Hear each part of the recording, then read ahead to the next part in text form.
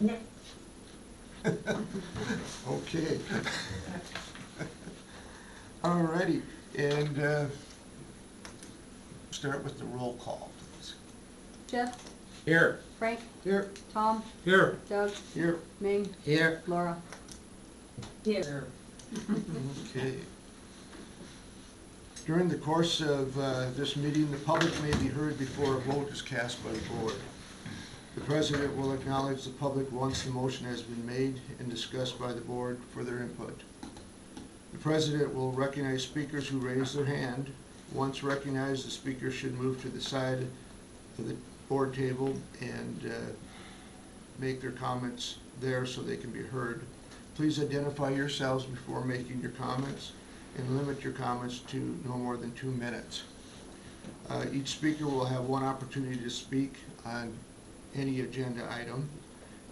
Once the public comment period is over, the public may not provide further comment nor ask any additional questions during the remainder of that agenda item, unless specifically requested by the chair or presiding officer at the meeting. We'll now go to public comments on any agenda items not appearing on the agenda. Ms. Ellis. Pam Ellis. I did send a letter or an email to the full board, but at the February 7th work session, Haley Grieve mentioned that we only had one employee that was making $130,000 a year in salary, and that was the prior general manager. I couldn't find any evidence, and I'm confident that that was never approved in a public session. Did you figure out, was that approved by a board? That was not a comment that was made by them. So nobody received $130,000. So what was Haley Grieve talking about? She said directly, Peyton was paid $130,000. She would know because 5% of his salary was paid directly as a profit sharing. She said she did not mention any Mr. Chair? names, and nor that. Laura, go ahead. Haley's response for the $130,000 was in response to my question as to testing, 551 testing for our plan if we had highly compensated employees. And she said we didn't have any plan employees making $130,000. So that was the base I for that. heard it differently. Thanks. Okay. Are there any other comments? Mr. Mackey. Mike Mackey, Waterview High School. I got here in the paper here that says that you guys cleared for $6,900,000 last year. Is that correct? I would say to be close to that. So- Do you have the books in front of you? I have nothing in front of me. That might have been gross revenue, but that wasn't net. No, well, I'm just saying that that was gross revenue. You went up from 41,600,000, or, I don't have my glasses on, 41 million to 48,559. 48,000,000, Yeah, 4.8. yeah, right. So that's a gross of $6.908 million. Now, my point being is here, we've been discussing this bypass, and we don't have enough money to run that. And then with the increase in our rates that the director here put forward last meeting, that we're not gonna have extra revenue off of that to continue with this. I think this is what's happening with this board. We're not looking at improving the heights. We're looking at more to give this over to the buildings. And that's incorrect. We should be looking at helping out the heights and doing infrastructure here to help us out. This is what your board is supposed to do, not proceed along the lines of going to buildings. Just a correction, the board is a trustee, and we are here to represent the ratepayers. Well, exactly. And that's what I'm saying. The ratepayers, not to represent Billings, Montana. Right. And every meeting I've come to, you proposed integrating in with Billings. You brought it up, this director brought it up. Okay. Now, if you'd spent your time, Your 2 minutes are up, and that is an agenda item, by the way. well, So, but it's not, it's a commentary, or it's something that needs to be directed towards this group. but you're leading into an agenda item, sir. Right. How do you know that? I know that. Alrighty. Approval of the minutes. I move for approval of the minutes as presented. Do I hear a second? I'll second it. Been moved in second. Approval of the minutes. Director Ewald. I got a comment on them. When Jen put the minutes out, there was two motions that were made that weren't seconded, and so I noted that to Jen, and she changed the one, but she didn't change the other one, and I was just wondering why. It's on page 9 of the minutes. I think I can answer that one.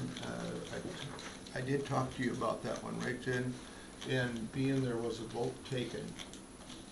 How do we know there was a vote taken?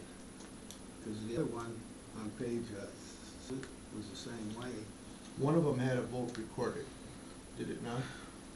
Well, both of them originally said unanimous vote, I think it was. I'm trying to find that. Jeff amends the motion to remove the salary range from the description. No second, all approved. On page 9 of the minutes, very first line. Oh, okay. And so, in our description, we do have a salary spread, or a salary range, but one or the other is wrong. Either this one's wrong, or this flyer we put out, the description of the job salary range on it. One or the other's gotta be wrong. And I take full blame. When I put out that, it was read by a number of different members, and there was no comment, and I was evidently mistaken. That was the raid. So the minutes stand the way they are, and I would say that okay. they would. Mr. Director Esman. Well, my recollection is there was a second and the motion passed. The minutes don't reflect that there was a second. That, I think, is what Mr. Eval's point was. Bruce, I think Jen had reviewed that, The tape. the audio, and there was no second. I think everything was moving pretty quick. Everybody's talking a lot, and I think if we kind of make a little procedural change of stopping to say seconded by, just slow it down a touch so that it does, if something like this does happen, it's easier to catch in the recording, and it's easier for Jen to follow along with when there's multiple people talking. So noted. Any other comments? It's been moved and seconded to approve the minutes for January. All in favor, please signify by saying aye. Aye. All those opposed, same sign. Motion has carried. Consent agenda. I move for approval of the consent agenda. I hear a second on the consent. I second. Laura has seconded. Discussion. Frank? No, I would just like to take notice on page 43.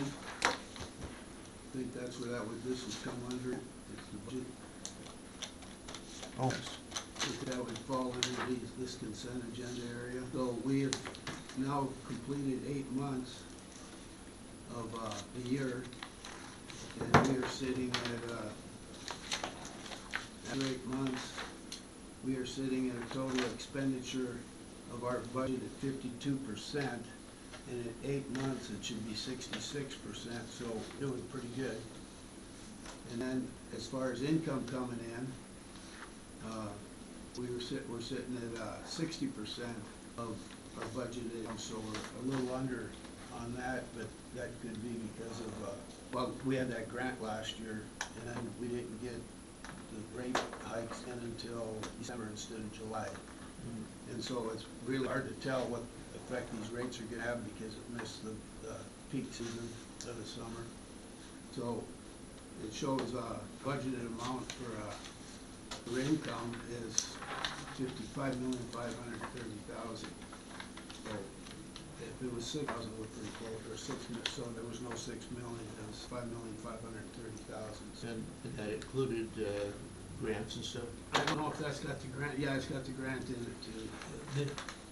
What was the ARPA grant? Paying back on, so. Okay.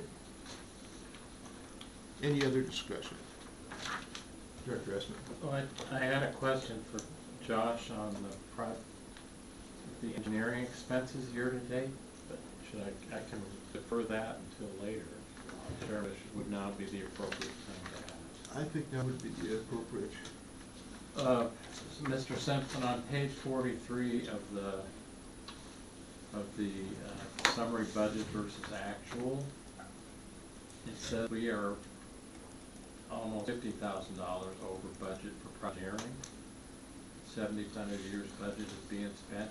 Do you expect that we're going to continue to exceed budgeted amount for engineering for the rest of the year?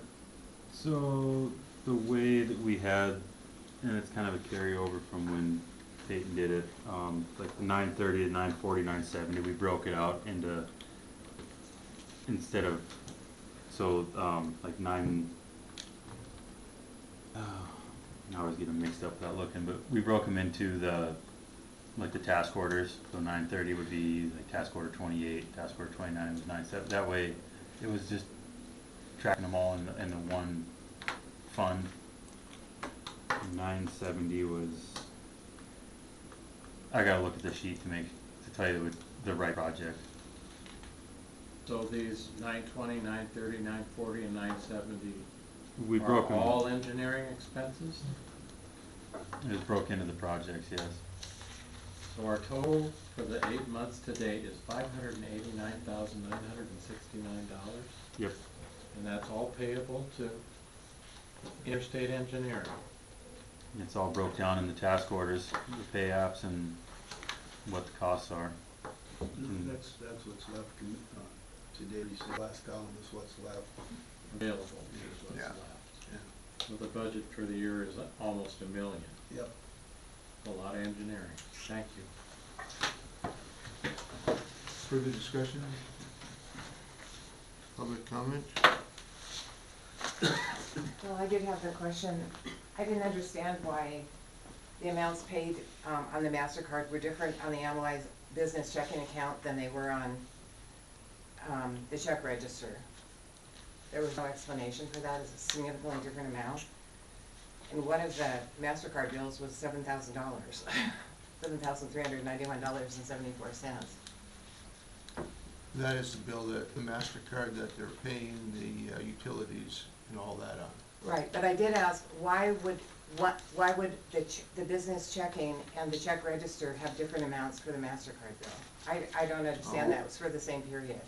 And I did send that question to you. Right, I received it yesterday. Yeah, and sent it to Josh. So Josh, do you have an answer for that? No, I didn't get to it. Can you guys get to it? Because it's odd. I mean, but I don't get the notices. Mr. Chair, I have Laura. an answer for that. Yes, go ahead.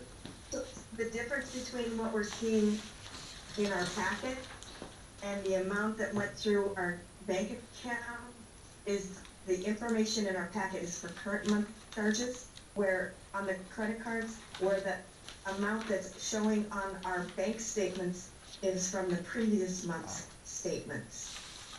So it's just a timing issue? It's just a timing, yeah. Yes. Thank you. Thank you. Any other public comment on it? Okay, motion was made to approve consent agenda. All those in favor, please signify by saying aye. Aye. Any in opposition, please say aye. Motion passes unanimously. January bills payable. We already did that. In the consent, yeah, it's doubled up. Managers report. Alright. Well, as you know, we had the leak on St. Andrews on January 19th.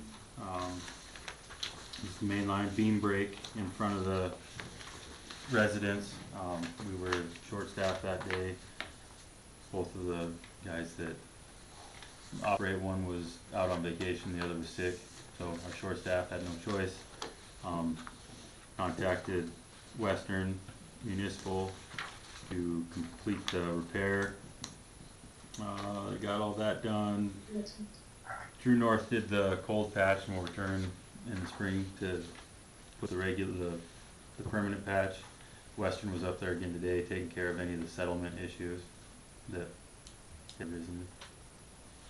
On January 21st, it was a Sunday, we had a service line leak at 1113 Reese. The service broke at the curb stop, so we had to go out and dig it up in the driveway and patch it, and we'll be back in the spring to pull a new service line. Again, crews did a good job on that one, coming out on Sunday, getting it knocked out in a pretty timely manner. The Ixom spare parts that we had ordered, we received those on January 26th, so that was that invoice that you all saw for $35,000. That's the spare mixers and ejector pump, all the good stuff. Continued work on the lead service line inventory. Jen's been pretty awesome at the data entry portion of that, so we're cruising along getting that, completing the inventory. We've received a grant that pays for 100 hours of Interstate Engineering's time to help with the lead service line, and rather than use them for data entry, I've met with them and we're looking at ways of updating our GIS map system to include some of this stuff. Mr. President. Yes. Question for Jess. Do we have any lead service lines? So this is just formality? This is having to complete all the required paperwork and the inventory to get submitted to the state. Okay, there was no inventory ever kept on all these service lines from day one? We have service installation records, yes, that's what we're using to complete the inventory. But it's never been compiled in, the EPA has a Excel spreadsheet that everything has to be input into. So we have to complete and put everything in their format and then have that done by, I think it's October 24th.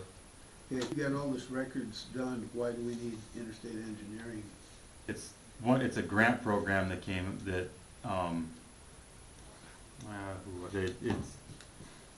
they're using for systems to complete the service line inventory. And again, it pays for 100 hours of the time, and that was who was, since they are our engineer, they were the ones that were. So it's just all a government formality, jump through the hoops, Yep. cost some money. Okay, thank you. Jeff, we will reiterate that one more time, because this keeps bringing up every month. Do we have lead lines in our water system? No. Thank you. Did everybody get that? Doesn't Thank matter, you. I mean, But I know. it's a requirement that we do the survey and. Understood. Okay. Talked with Summers McNay about the next year's audit. Brian came back with a price of $14,500 for the audit. And then for some of the questions that were asked at the work session, he'd be willing to honor that price for a 3-year time period. If the district chose to go that route, and they would like to be on site in August to do all the on-site work. Chairman, Director Esposito. how many years has it been since we sought a competitive quote on this audit? Two? This will be the third year. Third year on this. So there was one, that's close enough. Thank you. This will be the third audit. Director, Cabrera. if I'm correct, we also had Anderson Zamulin do a double audit as well, 2 years. Was that This will three be then? the third year, the third year out, yeah. Life goes by fast, unbelievable. One more question, Director. So when will this audit be completed so that we be up to, normally, what's the time frame on them? They show up in August and They're done We in May? usually have the report by October, Okay. November, Because it has to be filed by the first, sometime in, the end of the year, yeah. okay, any other? And they bring us a contract for next month so that we can do the audit? Yep, I will get with Brian and let him know that. Do you wanna do the 3-year or single year? We brought up the 3-year. Let them bring forth the proposal and we'll make the decision next month. If we make it tonight, it hasn't been advertised of the contract, we get to choose whether it's a 1, 3-year and be advertised. And I think, Rick. yes, Chairman, if we look at this thing, it'll be a 3-year at the same price. Okay, just note. So That's what- 14,000 saves some money. Okay, then we got the city storm drain project on Wicks and Bitterroot. This has been kind of an ongoing mess. We've had 4 main line breaks, and 2 service lines in the last month.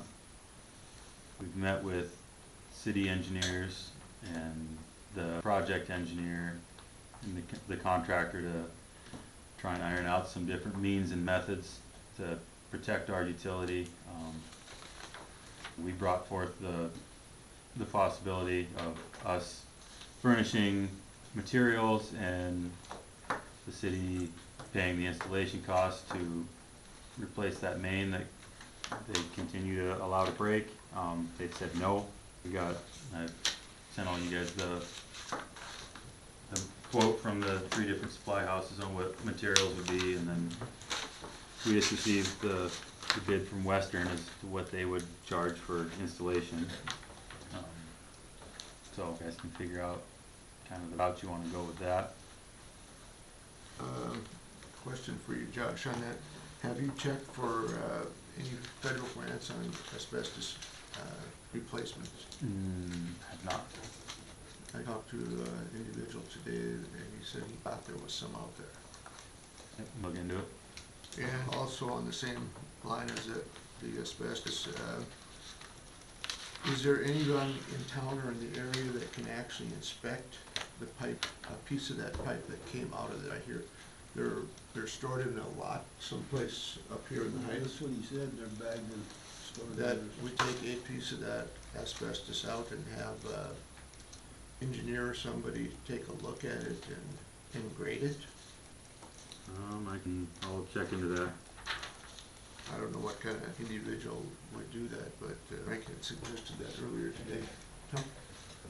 With their stormwater pipe being within 10 feet of our water pipe, that doesn't meet DEQ specs.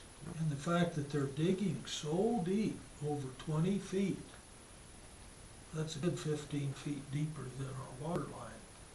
And they're digging in sand and gravel. There's no clay. It's pit run with no big boulders to speak of. They are disturbing the ground underneath our water pipe, which is AC pipe. Asbestos cement pipe is good pipe, but it has to stay stationary. When the ground underneath is disturbed, later it's gonna settle, and this AC pipe is not gonna like that.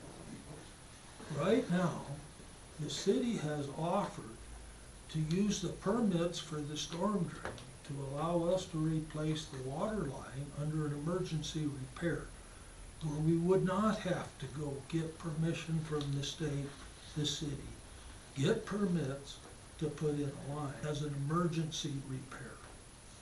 I think we should take them up on it. I realize right now the quote is $400,000 to change 1,360 feet. But there's no DEQ permit we have to get. It's already permitted under an emergency repair. We don't have to pay for the surface repair. That's already has to be done by the current contractor. This is the cheapest we can ever get this done. I would like to see us move forward and do an emergency replacement of that line as soon as they're done. Now,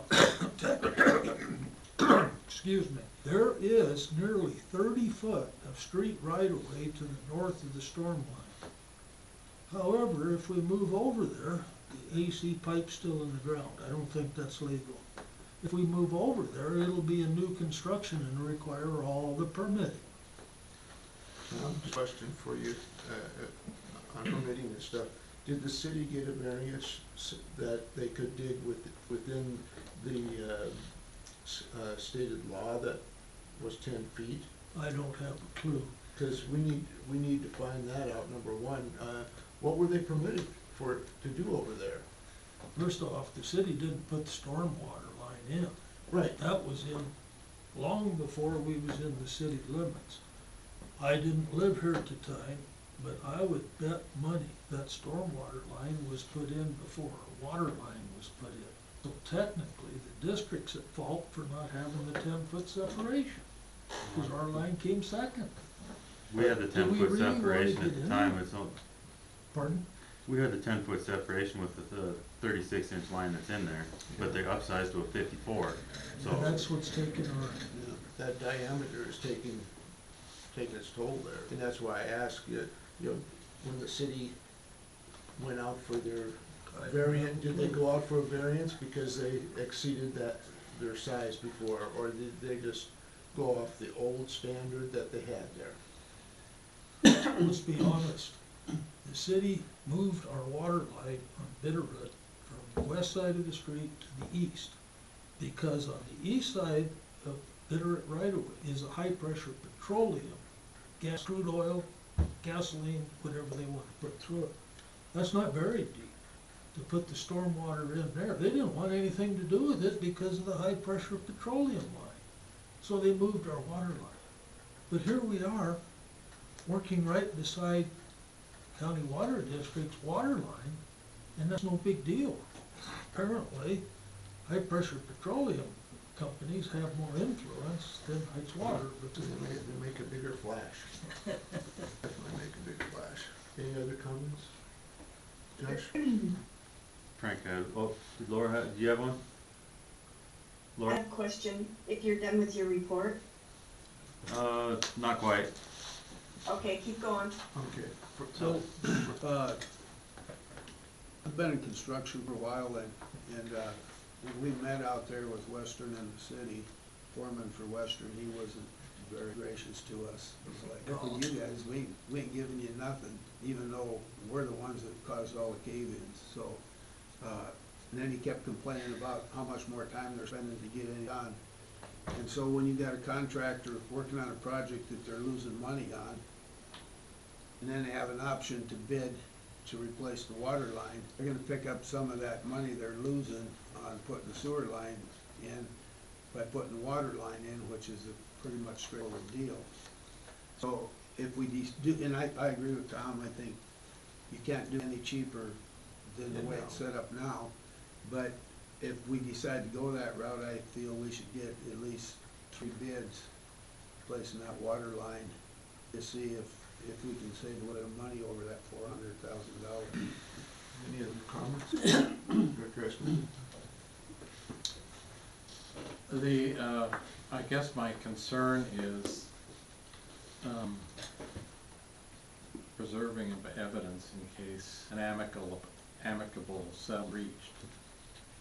In terms of the conditions that were found, what's occurred, et cetera. So, we've been making any effort to preserve any evidence in case I believe, things get district has. crosswise here? I've had guys go down and do inspection, take some pictures. Are they taking any measurements or anything? We have a couple measurements, measurements. yeah. So we can, there will be evidence available as far as the 10 deal at the end. Yeah, there's a manhole that's right next to a valve. It'll be at street level, you'll be able to see it. Thank you. Sure, and I think we should send it to Mr. Chairman. Yes. Mr. President, I think we should send a demand letter that all pieces of broken pipe taken into their preserved, be disposed of. I do think we should try to get a lawyer hired here soon to assist us with advice and legal efforts and when things like this come. Any other comments? About The only other thing I guess I have, and they'll fall under, one was the annexation SDF system development fees. Kinda how you guys wanna do that agenda item later, and then, I guess when Laura does the treasurer's report, some of the stuff with Stiefel, like we have a couple of CDs that just came due, so if you wanna hold those. They're for- maturing tomorrow. So, how you wanna deal with that? Let's take care of this, Steve Wilson. So can I ask my question? Yes, Excuse go me, Mr. ahead, Chair. Laura. On page 45 of the agenda packet, there is the bill from Western Municipal for the repair on St. Andrews. Yep. Josh, has that been paid in full? No, I think Susie held that because that's one that, that Bill Pick. everybody wanted withheld to be voted on tonight. Okay, I wanted to ask Frank a question. Toward the bottom of the page where it says summary, it has labor, equipment, material, subcontractor, and then it has an additional markup of 30% for labor, equipment, and material. Frank, is that fairly normal? I went to a higher level in myself, and he told me that 30 seems a little bit steep. Now, the 3%, he says that's standard across the spectrum because 1% goes directly to the state, and then 1 takes Right. care of bonds and insurance and taxes, but 30% seems a little bit exorbitant. But the big issue I had on this bill is we had a break in November, I think, in front of Starbucks. And the difference in wages per hour in 2 months' time, the superintendent went up by $25 an hour. The foreman operator went up by 22, and the rest of them went up by 9. And they paid, there's no labor on this site. Operators make way more than laborers, I think.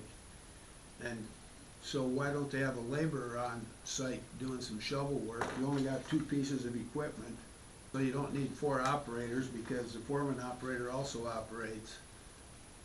And the operator hours are way higher than the total hours of the equipment that they had on site, so there's, I mean, I think they should have let us know that, and so this is on new business as far as Okay. going ahead. And they did the work, it's done, so I'm in agreement, we pay it, but I wanna know up front next time what we're getting into before. To answer a couple of those, I talked with Dylan, Western, and they had a price adjustment that went into effect January 1st. They hadn't adjusted their prices in 3 years. So that's where the price per hour difference came from. And whoever I talked to says that that's very possible that the price would go up that much. But, I mean, it would have been nice to know that. Yeah, that was their, Well, Tom? yeah, I thought yeah. Jeff said- Jeff, first. Okay. well, I think Frank raises an interesting point. I mean, they've got billed hours of 22 for the excavator and the loader total, but then there's 4 operators that are billed, that we got billed 42 hours for. So we got 2 guys working and 2 guys watching? I mean, that doesn't seem right, if they wanna keep receiving this kind of business. Actually, I've seen the superintendent that was on that job, I've seen him operate backhoes. So actually, you got 5 operating, right, with 2 machines. This was an emergency repair. I can't fault the bill. I don't like the bill. I don't like 30% markup. This was an emergency repair. We called them out. Obviously, the operators got there before the equipment.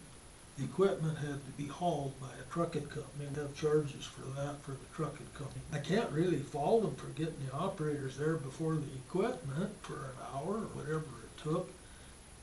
But I think we need some further scrutiny for the future in advance if possible, to understand when rate changes are gonna occur, and to understand the 30% more. When they charge $140 an hour for a superintendent, and then they charge us 30% on top for profit, I believe the profit's in the $140 an hour charge. They're not paying that man $140 with wages and benefits. I think their profit is in their charges. What's the 30% for? So I would like to see a breakdown for the future. I don't want to argue this bill with them. It was an emergency repair. And when you have an emergency, you gotta do what you gotta do. But to understand it in the future makes sense for me. Ming, go ahead. Yeah, I just, Josh, what's your procedure for hiring, like Western Engineering? You just go down the list, is that correct? A lot of those, I just start making phone calls, and the first one that says they have a crew available, you're hired. Okay, yeah, so, I called COP, COP was my first call and they did that have a morning. crew. They were on a crew-wide shutdown for meetings that day. So I said, okay, thank you, and I called Western, and they said, yeah, we can get a crew together.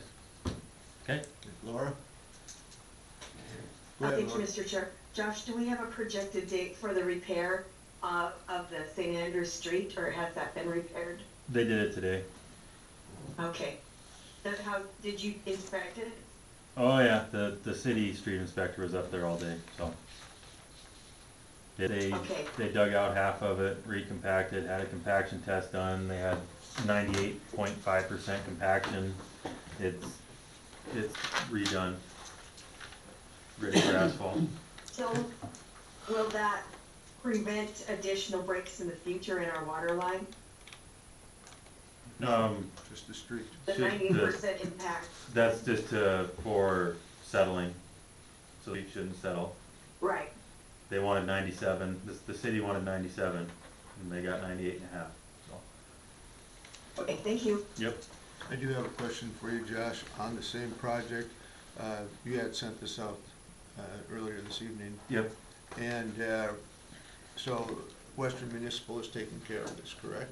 Yep, that's, Even they're our though- sub, we hired them out, so that's their, They don't show it on their piece, so. no, that's been, again, yeah. So, Right, their bill, their own bill. looks like the city bill.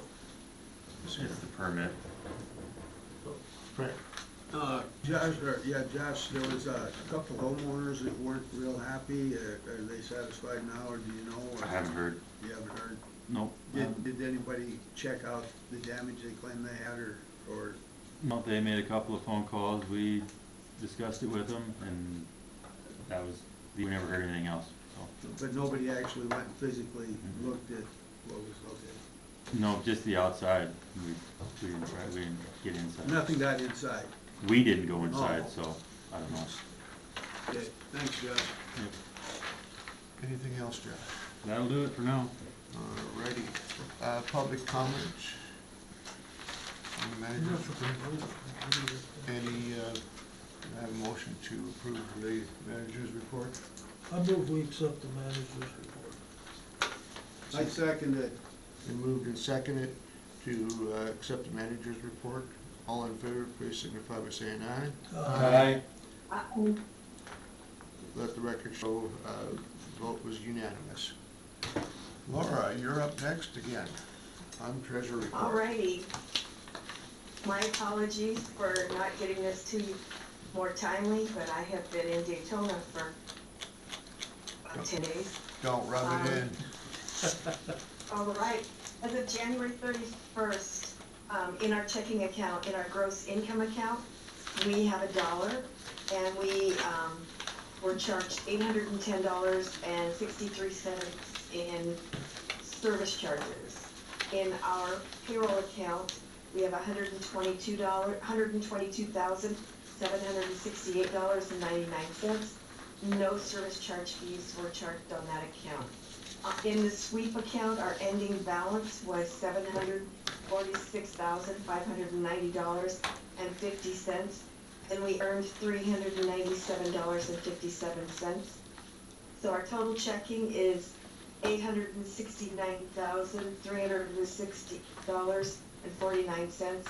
And our net, fees were a minus $413.06. In Stiefel, at the end of January, this is, our cash and equivalent was $24,907.42. Our fixed income CDs, $6,596,819.89. Total in Stiefel investment, $6,621,727.31. End of January, our money market savings account, First Interstate Bank was $257,648.91. We earned $639 even in interest. Yellowstone Bank Reserve CD, $219,584.53. So our total investments in savings and CD at Yellowstone Bank and First Interstate, $477,233.44. Our total cash position is $709,768,321.24. Our net, we had a net earnings of $225.94 in interest. Our change to our cash position, month over month increased $132,271.93, and year over year, $713,850.61. Thank you, Laura. Are there any questions for Laura? I think she's got She's got one more. I think. CDs? I Yes. do have another one here. Okay. Let me just see if I can find it quickly. It's not in the agenda. I received an email today from Steve Knutson. There's a proposal that he sent me today regarding CDs that are available for 5.10% with a due date of 4 years out. As he had discussed with us previously, in our portfolio, we had some areas that we were lacking at our 4-year maturity rates.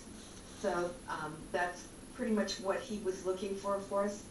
We don't currently own any CDs which pay the 5% at that in the 4-year range. The Stiefel account now has $300,000 in money market and $500,000 in smart rate, paying currently 5% variable rate. He's suggesting that we purchase CDs, exchange the 300,000 cash and 500,000 smart rate into the 3 highest yielding CDs. That would be purchasing 3 250,000 CDs and 1 50,000 CDs. And we have another 1.2 million in CDs that's maturing at the end of end of April, I'm sorry. So I don't know if we can take action on this evening, because I just received it this afternoon at 2:30 or something. So, Mr. Chairman, I've got some questions. Director Esper, go ahead. Laura has, and Mr. Chairman, I directed to both of you, there was a motion that passed that we were gonna get the new signatories on this account so that the board could obtain information from Mr. Knutson. Has that document been executed yet? Not yet. Has it been provided to us yet? No, I gotta get it yet. Okay, I'm unwilling to invest any more money until we get that in place. 2 reasons. Number one, we are looking at an emergency expenditure here, $400,000 plus in the near term. We've only got $869 in ready cash, it appears, but we cannot commit the payroll account for emergency repair. That needs to be protected. That's why we have a payroll account. And I believe we should have, frankly, I think our cash reserves are too low at the moment because there's ongoing construction. We don't know, we could have another $500,000 surprise before this thing is over. And if we don't have the ready cash, then we're gonna have to go out and borrow it. I would point out, you know, I think we need also to look at where we have our sweep accounts invested. Because by my math, we are getting about 1.05% on our interest in that sweep account. And I think the, you know, the short-term investment plan with the state is paying way 7 to 8 more times that at least. So we're leaving money on the table because we're not making use of a state fund that we are capable of using. So I think we should start, you know, and sometime this spring, we're supposed to be getting an update from Interstate Engineering in terms of water main replacement. And that could start, they could recommend that we need to start spending some of this money instead of having it all locked up. So I'm not in favor of continuing these CD investments, particularly not at 5% for a 4-year period. I'll be a no on that. Just take note that smart rate account that has the 500,000 in it that's earning the 5% variable, that's liquid to the day. And that's the kind of fund we should have our money in. That's what the smart rate is. And that was one of the things talking with Steve yesterday, to leave that one and then get out of the money market that's making 20 basis points. But that was the whole point. I was wanting to ask you what direction you wanted to go. If you want to let that sit in limbo for now, or invest. How do we want to direct? Gosh. Like Laura said, we have numerous CDs coming due in late April. I believe we have 1.2 million coming due in late April. 1.4. And that's 2 months, so I'm not real upset with our cash balances. However, with this Wick Lane project, I cannot see investing all of the $800,000 at Stiefel. We have to pay this $400,000 emergency repair. I don't know when they're gonna be done. They have to finish the storm line before they can start replacing the water line. We really don't want them messing with our water line and trying to put above ground temporary service in and watch the temperature go down to 10 degrees at night and have 35 homes without water because their temporary service is froze. Until we get into May, that can happen. So I'm a little leery on timing of this Wicks Lane project. I understand that if you keep a tap flowing at night, you can prevent the freeze up. But then this district is gonna be buying water from the city that there's no way to charge on. Because these temporary services don't have a meter. It's estimates. This is wrong time of the year to be going gung-ho on replacing the water line, but at the same time, due to the expenses and the conditions, we don't have much choice. So when will they be done? They started this January 25th on the Wicks Lane part. So we've already got 3 weeks tomorrow into it, or 4, I'm sorry. They're not half done. And when they get down into Bitterroot, they have a huge manhole to put in, an extremely large diameter hole to connect everything together. I don't think they're gonna be done myself until the end of March to start our wall again. I could be dead wrong. I don't wanna see all of our money tied up with this hanging over us. I don't want to get started in this water main replacement, this emergency replacement too soon this spring. Harold. Thank you, Chairman.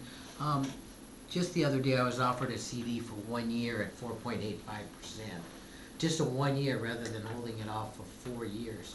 So I think there's gonna be more CDs on the market. Laura, this direct question is directed at you, and maybe you've talked to Stiefel on that. Do we have CDs that are offering 1 year at 4.85% rather than holding our money for 4 years?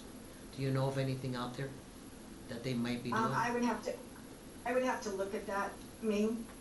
I know that, the Wednesday before I left, so it would have been the first week of February, Stockman Bank had, CDs that they were 7 months to term for 5.10%.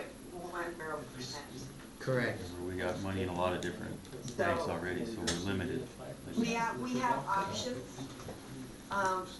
Even if we were to get started on the project on Wicks Lane immediately, I don't think that we would not need cash to cover those expenses before the April, CDs mature. And again, you got But that, I appreciate Director Essman's comment that we need to get, the forms from Steve Knudsen to get all of the signatures where they need to be, as we approved at the board meeting last month. Director Evil, for Josh. Josh? Josh, did you say that we got $500,000 sitting there we can get tomorrow at 5%? yes, sir, Is there any restriction on how much is in there? it's topped out at the 500, It's topped out? yeah. That's the problem. And that's what he said, you leave that 5%, that 500 there, cause it's making 5%. Granted, it's the variable rate, but obviously the feds are kinda hanging steady and not looking. So, And what does the state have to offer, does anybody know? I haven't checked the rates, I think we should, but, I think I recall, they've been paying high 3s, low 4s, and I'm not sure that the amount that we can put in there short-term is limited. So that might be an option that we could use to, with the savings account that's getting us 0.0005, First Interstate Bank, that's a very good return. and invest the 300 that's sitting there in the money market that's making 20 basis points, leave the 500,000 in the smart rate, and then you have that as liquid cash to the day, and then you have 1.2 million coming due the end of April that you can do all kinds of whatever with. Yes, we're flush with money, in other words, right? Flush with money, but time is.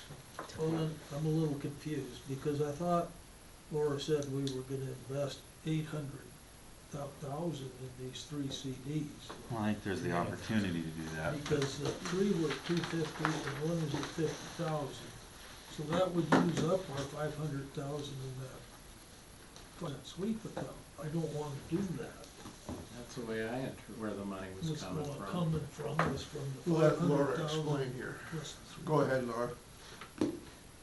I would just like to make the comment that I would be in favor of moving this money in the savings account at First Interstate Bank into that short-term, the STIF plan, as I believe that would reduce some of our risk with First Interstate Bank, because right now, we have a lot of money in First Interstate Bank that would not be covered by FICA. And we're not having to touch that money, so if we were to take 300,000 out of that money market at Stiefel and 200,000 out of First Interstate Bank, we could put that in the STIF plan and just kind of see how it goes. The STIP plan. If you would like, I can investigate how we do move forward with that and bring that to the work session for discussion. I would appreciate that. Yeah, I think that would be Yeah. There's good. some Thank you, confusion. Laura. Do we need a motion on this then? No. Okay. That's what concludes my report, Mr. Chair. Thank you.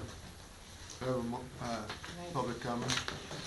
Yeah, my only comment, I don't have the information, but Jennifer Duray is coming to the task force meeting on Tuesday, and I did ask her to come prepared to tell us when the project on Bitter Road is gonna be finished, or when she projects it. So she should be able to answer questions at that point.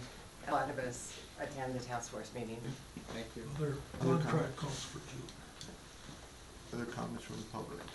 See it, all in favor, please signify by saying aye. Should we get a second Favor on it? what? Of the treasurer's report, approving the treasurer's report. Anybody make a motion and second No. it? I move we approve the treasurer's I'll report. second it. It's been moved and seconded. Moved by Tom, seconded by Frank. You got it? All in favor, please signify by saying aye. Aye. Opposed, Aye. same sign. It is unanimous. Laura will be bringing information on the STIP plan to work session. Committee reports, we've been interviewing a couple lawyers. Tom has a report for us on that. Right. We interviewed Martin Smith with Philip Martin and Franz Anderson, I believe that's how it's pronounced, good German name, with Bill Steen Monson and Small. We went to Franz first. Bill Steen Monson and Small is a relatively new firm, comprised of attorneys that used to be at numerous other agencies for a number of years. There's nothing wrong with that. I mean, it's a good firm. I believe both of these firms could handle our business. However, I prefer Felt Martin and Martin Smith. When we went there, the first thing we learned is that Martin Smith is the head contract man for Felt Martin. And I think that's one of the big things we need is contract advice. Next is that they don't double bill. If it wasn't Martin Smith, if it was John Blow, and we needed a contract, it would probably be written by Martin Smith, but we'd get one bill for 1 man hours. Right now, we're seeing invoices come from Susan Swimley, where Allison Garrett compiles a brief or a motion filing for the court and charges by the hour. Then Susan Swimley charges us by the hour to review it. Not the case of Felt Martin. We had interviewed them last, and I wasn't smart enough to know that was a possibility to ask Bilstein. However, Franz Anderson admitted that he's new into open business, open meeting laws and stuff like this. He's new into contracts. He does not do litigation. Martin Smith does litigation, has worked in government and understands open meeting laws very well. He negotiated a water line reinstallment with a new location between the utility, the city of Laurel, and the railroad. Never made the news or the courts. I think that's a pretty good feat, to negotiate with the railroad, a city, and a utility, and the county, and not end up with court or in the news. I know Felt Martin charges more, Martin Smith will charge more, but I think he can answer our questions quicker than Franz Anderson. So I recommend that we go with Franz Anderson at Felt Martin and try to get a contract agreeable. What, you said You- Franz you- Anderson? I think you mixed them up, Tom. Yeah. You recommend, Martin Smith at Felt Martin. Oh, okay, that's you it. meant it. Yeah. Names get hard to do. Any Laura other has a comments question. from anybody that was at interviews? Laura's got a Laura, go ahead. Thank you, Mr. Chair. How many attorneys are at each firm? Is that the newer firm, do they have a number of attorneys, Both of similar them. to Feld Martin. They don't list the entire, Philip Martin lists 10 attorneys and 2 others, and Bilstein does Doesn't not list. list their total attorneys with us, so. My experience with Bilstein is I know they've got at least 5 or 6, but I was in there and work they did for me. and as Franz versus Martin Small, you're paying litigation wages to the one Yeah. for everything. That's, to my knowledge, that's pretty much the highest rank. The litigator is the big dollar maker in the firm most of the time. And I don't know if I would be for paying top dollar for, or waiting for an additional day for the same information, where I would come at that. Both of them are both very well-versed. I think either one, in fact, Franz Anderson recommended Martin Smith over at Feld Martin. He recommended him as another one to check with. So, is there a motion to accept one, deny both? I move we accept Martin Smith. Okay, is there a second to that?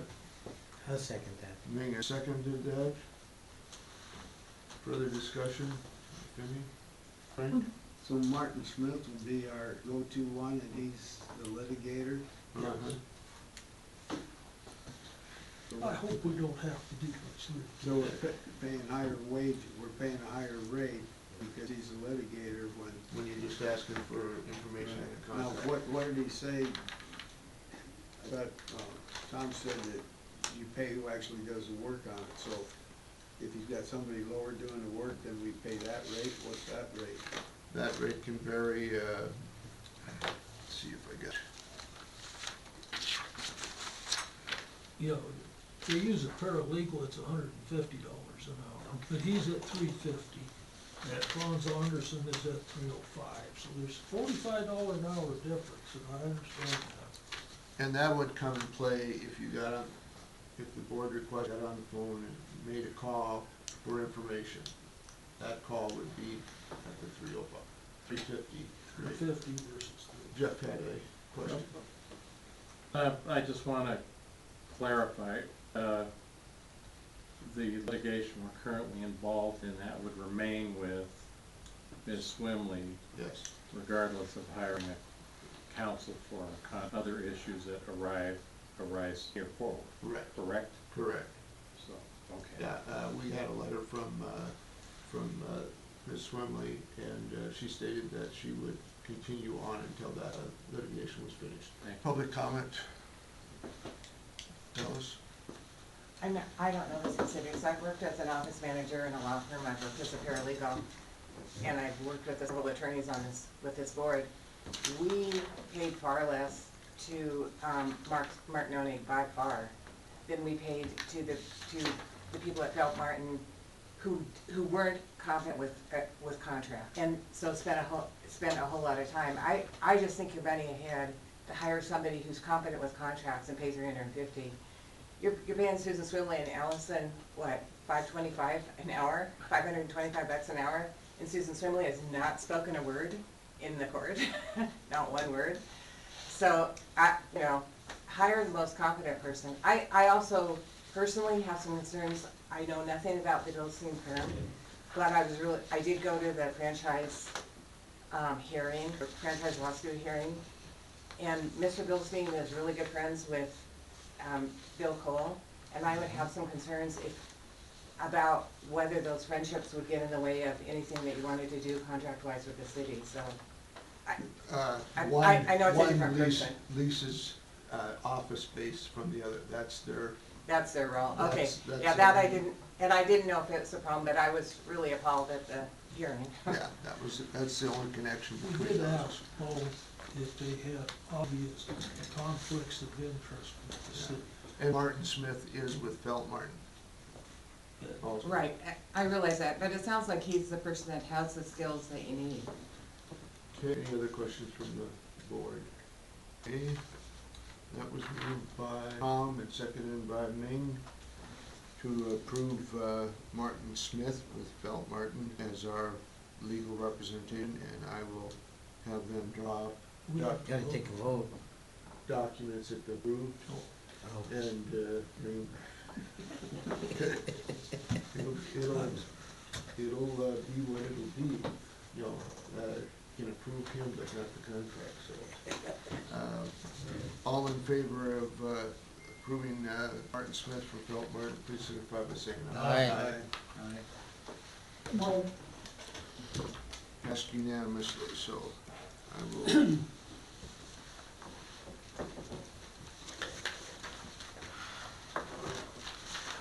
Okay. Where did my agenda go?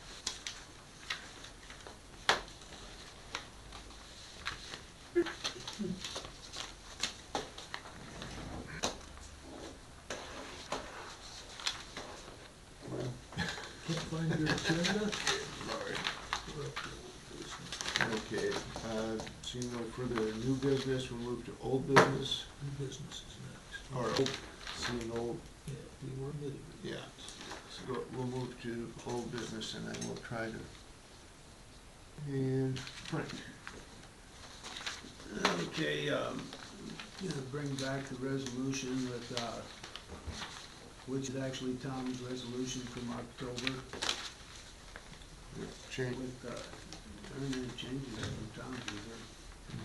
So, the resolution is, shall initiate and request the city of Billings, working with the district, to perform an exploration of the possibility of consolidation, how its impacts could affect the district and the city of Billings, Montana.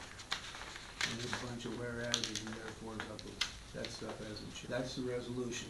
I'll read it again. Shall initiate and request the city of Billings work district and performation of the possibility of consolidation and how its impacts could affect the district and the city. Is there a second? Point of order, please. What is your point? Presentation of Boyd and our articles of our charter, part 5, section, part 4, board, rule of board presentation. Number 5, a motion to reconsider any action taken at board may be made only on the day such action was taken. It may be either immediately during the same session or at a recess and reconvene their session thereof. Such a motion may only be made by a board member of the prevailing side, but may be seconded by any board member and that shall not be debatable. So in other words, the prevailing side said no. And Robert's Rules of Order also say, and I'll quote it, then we look at it, that it says renewal of motions cannot be made in or during the same session.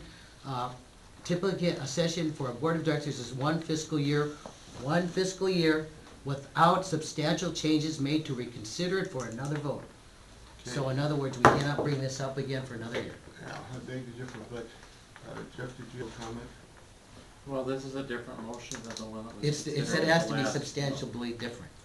And We Robert, can't discuss it without a second, we're getting awful far. no, we're discussing what he's wanting Okay. to do, which is the order on business being that was point of order.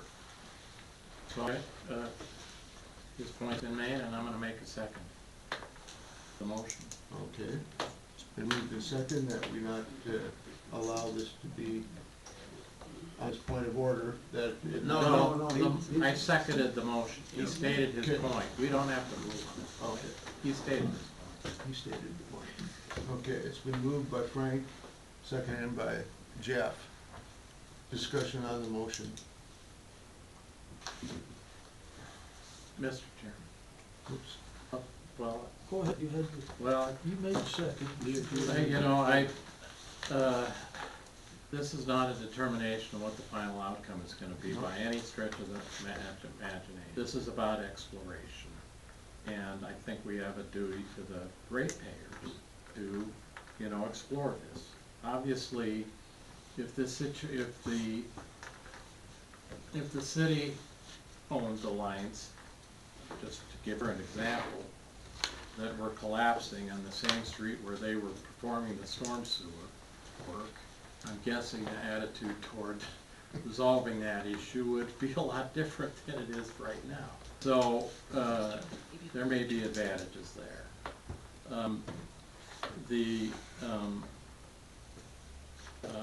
We are undergoing a thorough review, which I hope we get this spring in terms of the physical, the condition of the physical plant of the district, in terms of what it will cost and what the timing will need to be.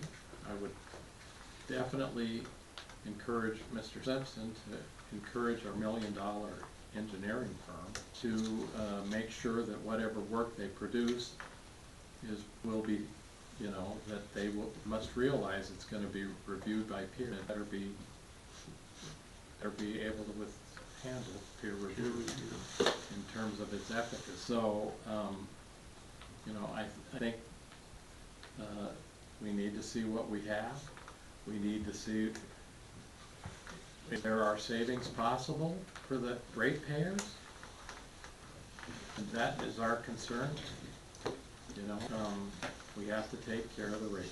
You know, we have to be fair to our employees, fair to the people that do contracts with us, but, you know, we're not here to exist in perpetuity if another path makes more sense. So I think it's worth the exploration. Tom, Yeah, I'm looking at the ratepayers too, whether we're looking at that accordingly. I understand Director Esmond is hired by the city, so there might be some bias in regards to that. But thereof, Robert's Rules of Order, we have looked at this situation not only twice, but many times already, and will continue to bring this up month after month after month. And at this point, according to our own charters, this cannot be brought up unless somebody on the nay side wants to bring it up. But this is a resolution that's been explored and explored and explored and continues to have problems there. I would like to, if that's possible, entertain an amendment to this, that this exploration of consolidation in the city takes place in June of 2025, when a new board has reconvened at that period of time to take a look at it. But according to Robert's Rules of Order, and regardless of whether you don't think that I'm doing, or what we're doing is for the ratepayers, because there's many ratepayers that don't want to be part of this city and will be adamant against that with other things that are there, that we need to consider the fact that this has been defeated 2 times, at least under this administration. Mr. Chairman, Director Esmond. you know, it didn't prevail in October because I was a no vote. So rather, if we're just gonna get hung up about the process here, you know, I can deal with that right now. But I think, you know, the point of order is specious. I think it's not well taken. And the second vote, there was no prevailing side because it died on the top. So, Still you lost. know, let's just have a vote. Let's begin the consideration. Nothing final is gonna occur with the passage of this. Tom. Thank you, Mr. Esmond, for admitting you were no vote back October. I wish to amend this in the now therefore be it resolved that we add at the end of that and compose a consolidation proposal. I want it in writing.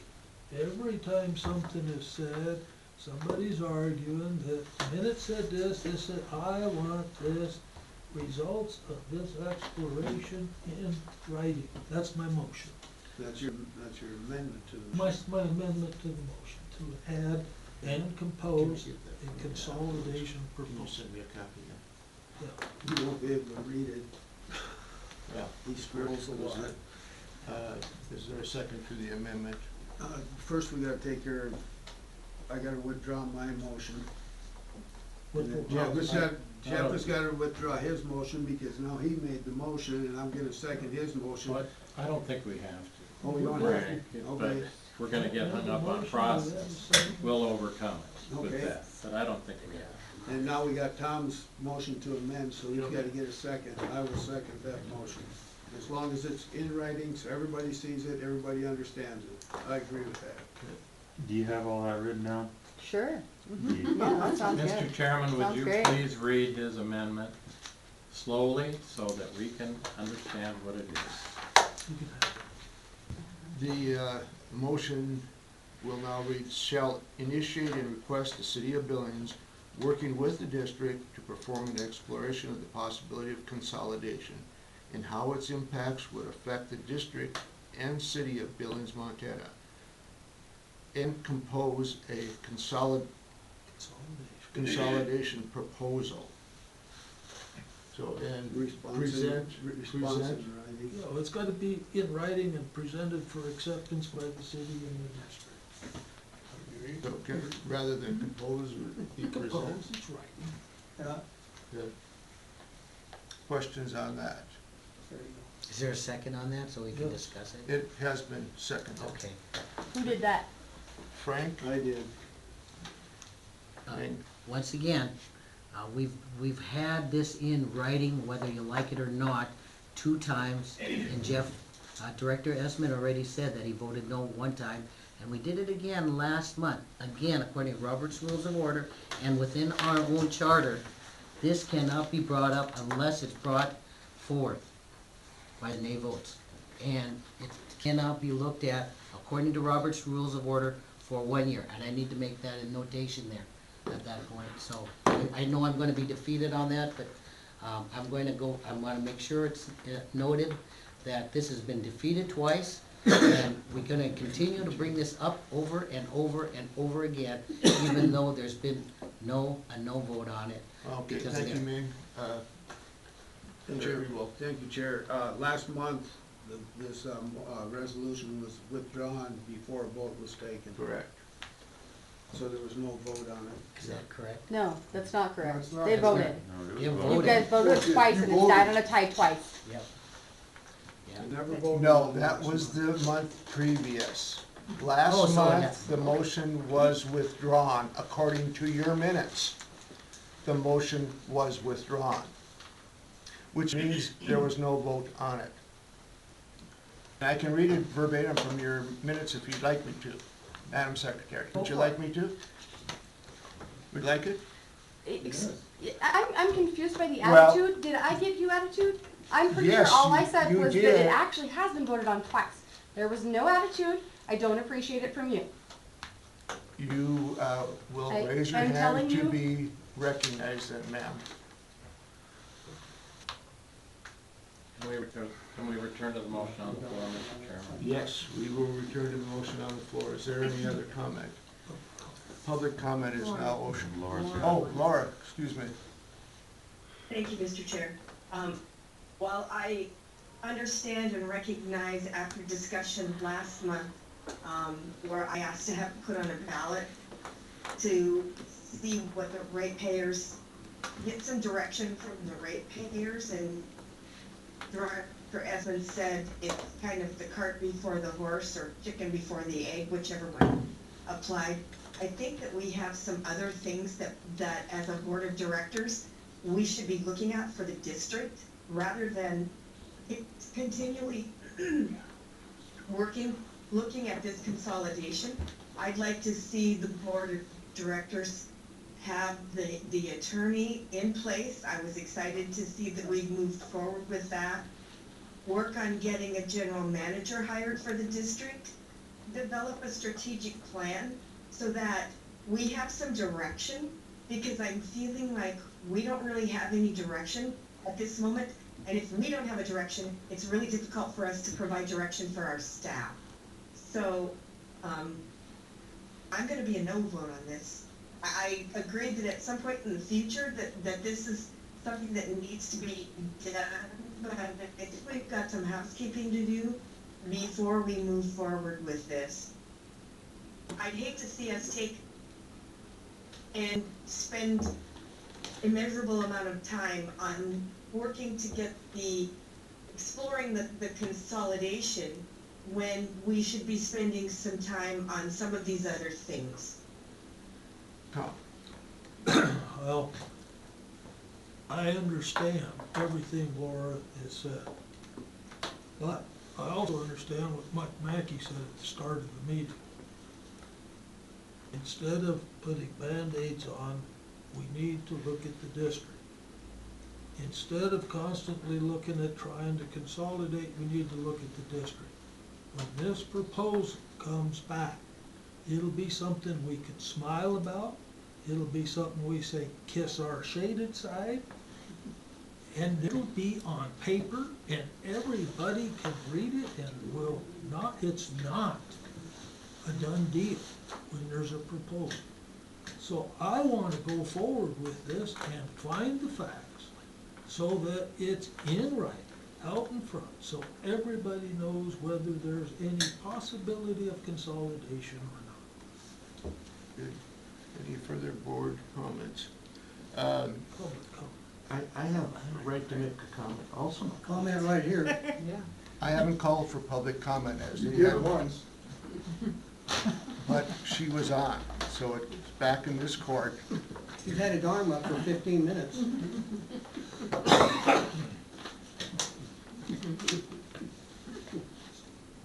What's that? Please refrain from any You small did, I talk. apologize, it just slipped out. Thank you. The reintroduction of a failed motion is addressed in Robert's rules. It's also, Kick me out of here. are you done? We're I'm- trying to conduct business. I'm sorry, I had a cough. You were talking out loud, Butch. Robert's rules actually says it can be brought back as many times to infinity. And Jeff has a current copy. I don't believe he has it with him, but I can send you that out. I don't know where you got your information from, but mine is totally conflicting with yours. And it states that we operate under Robert's Rules of Order, and that's where I'm at on that. So with that, I fully think that this motion is good in a positive mood, because the district as it sits right now has questions from a lot of people. I'm not gonna say the majority, because that would take a vote. But a lot of folks have made comment, what the hell is going on? We had comments, we're making we're making this big money, and we're not. We get comments on all kinds of stuff. It's all hearsay. If you want hearsay, let us take a look and explore what the possibilities are, bring it back to the district as a proposal, and then, and only then, can we know what's actually out there for us. If there's no further comment from the board, we'll take public, oops, Ming? One question. Obviously, you can tell by the hotly debated attitude of this thing that this is not an easy answer. And it's going to divide a lot of people, so that's not going to solve it by bringing this thing forward. It's just going to make it worse and worse and worse, because it's brought up, and it's like, you know, we've lost 2 district managers over this thing. We don't have a district manager on board, and the district manager that may come on here will know that, oh, by the way, next year your job is gone, because we may consolidate with the city. We've lost our legal representation over this. So obviously, this is hotly contested, and it should be laid to rest for at least 1 year. Thank Public you. comment. Mr. Mackey. I do have one request, that we have a director here that's from the city, that was appointed by the city. He needs to recuse himself from any vote that involves the city. Secondly, I canvassed my neighborhood 25 homes, 50 people would vote against this. So I'm just putting that out to you. You got 50 against you before you start. Okay? Yeah, there's, okay. Any other public comment?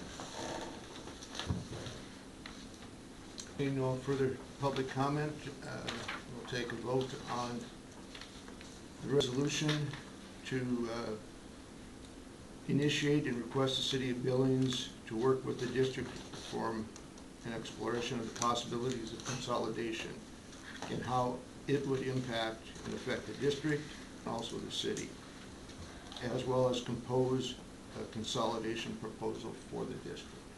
All in favor of said motion, please signify by saying aye. Aye.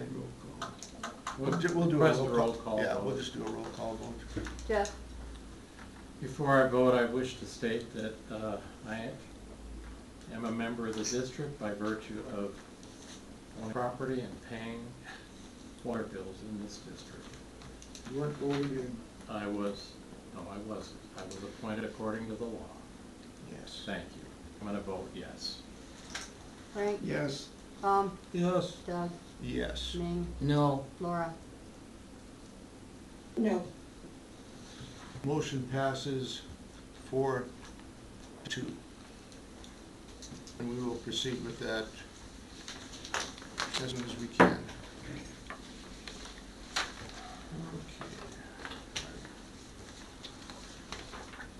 Next item is new business, renewal of a Randall and Hurley contract.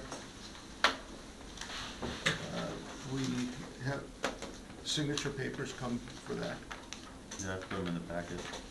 It was in the, You have them printed, signature and stuff then? yeah. Question for the board then is, who should be authorized, and we want to go work that out. We spoke about it earlier, but Tom, go ahead. State law requires our contracts to be signed by the president or the chairman, co-signed by the secretary. Therefore, I make the following motion that our contract with the existing Randall Hurley contract be signed by the existing president and co-signed by the board secretary. It won't be a new contract, it's the existing contract that was previously signed by Brookshire. Okay, is there a second to that motion? I Second. second that. Oh, okay. Laura, we'll take Laura's second if you don't mind. Discussion. Public comment. Pam? Well, the only thing I would say is the contract that's in the agenda packet says it started over a year ago, and I guess I understand that it did, and I understand it was signed illegally, but it seems like it should be modified. I mean, how do you sign today saying you approved a year ago? You weren't. It would be dated, signed and dated. Right, and the signature page, the minutes reflect that you wanted on the signature page your signature and Jen's signature. The signature page has neither. It has a room for you, but it says trustee, and it has no place for Jen. So it doesn't seem like they actually followed through on what the board directed at the last meeting. Okay, thank you. Yeah. I'd like to offer an amendment to Mr. Director Zerbuin that the president request altered signature page to reflect Mr. Zerbuin's name. I'll second that. Is that an alternate motion? No, it's No. an amendment. I'll second that as an amendment. Okay. Discussion on the amendment. Public comment on the amendment. And the We gotta vote the amendment first. All in favor of amend it to redo the signature page, please signify by saying aye. Aye. All opposed, same sign. Motion the amendment passes. And now we move to the amended motion. All in favor of amended motion, please signify by saying aye. Aye. Aye. Opposed, same sign. Motion passes unanimously, and I can call and have her retype that signature page for us. Second item is monthly bill formats. And this addresses how our bill looks to our customers. Has there been any movement on that at all, Josh? Yeah, the formatting that you're looking for, if you want that kind of formatting, you're gonna have to move to the trifold paper bills. Okay, how many lines can be utilized on our existing bills? On those postcards, how much can they stack on there? Wasn't much more than what was on it. You can't do anything. There's no room for anything. Yeah, so what was on it, the additional, like, We removed, what, 4 lines? right, So we could add 4 lines. but if you're If we looking, remove 4, there's room for 4. but if you look, it's, Can I speak? I was I know, but talking to, I spoke she's the to- one that Okay. contacts. So, the way Black Mountain describes it is there are boxes for each line. Those boxes are set in those sections, and we only have so much room in our postcards for each individual box. They have to have them spread out like that, because if we have, the DEQ line, if we have the overpayment line, if we have so on and so forth, that are normally on our bills, that are usually the 0, they would then fill in that space. And if we had anything else in there, then it would chop it off. It would overlap. So there's no room to squeeze. I even tried to get them to merge some of the cluster on the bottom up, and they cannot move anything from here. This is what we have. This is all we can do. That's the format of the postcard bill. okay, Tom, I move that we stay with the existing format to save money. I second. moved by Tom, second by Ming to stay with the existing format. Mr. Chair, can I address a question to Secretary, please, Madam Yes. Secretary? Jen, question Yeah. for you? So, I think the only thing that is important is do you have room to do like 2 different tiers for residential? And it would be the same for commercial, because most commercial and residential don't get sent out on the same bill, do they? So they all get printed at the same time. I know, but you don't have residential and commercial on the same postcard. No, but it No, prints just so the you same. could list probably 2 or 3 tiers on each one, like residential. If they happen to fall into 2 tiers, it shows how much water they used and how much they paid for that water in that second tier. Is that possible? I think that's what people wanna know, other than just okay, this is how much you owe for water. How do you figure it? So there is already a usage on the bill itself, if that's what you're meaning. There's a what? A usage. Well, I know there's a usage, but it doesn't break it down into tier 1, tier 2, tier 3. Yeah. Base rate. And as far as that, there's no way. There's no way to add any additional information, on the postcards themselves. Mr. Chairman, and Jen, I know you've done a lot of research and work on this, so my question is, in terms of the expense of the district, what percentage of our customers receiving their bills by email versus what percentage are still physical? We have 6,100 bills that are processed monthly, and 535 of those are emailed, and the rest are all printed. So less than 10%. Thanks, Laura. So if we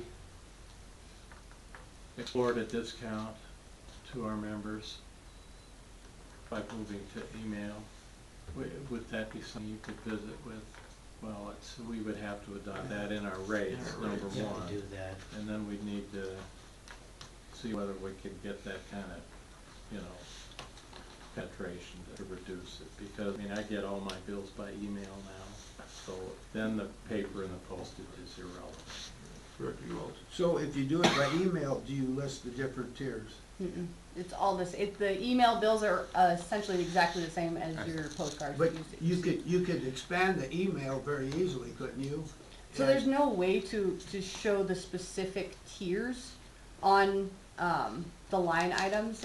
All it would be is coming up with a new form, and it wouldn't cost anything because it gets emailed, so it'd just be the cost of developing a new form for email customers.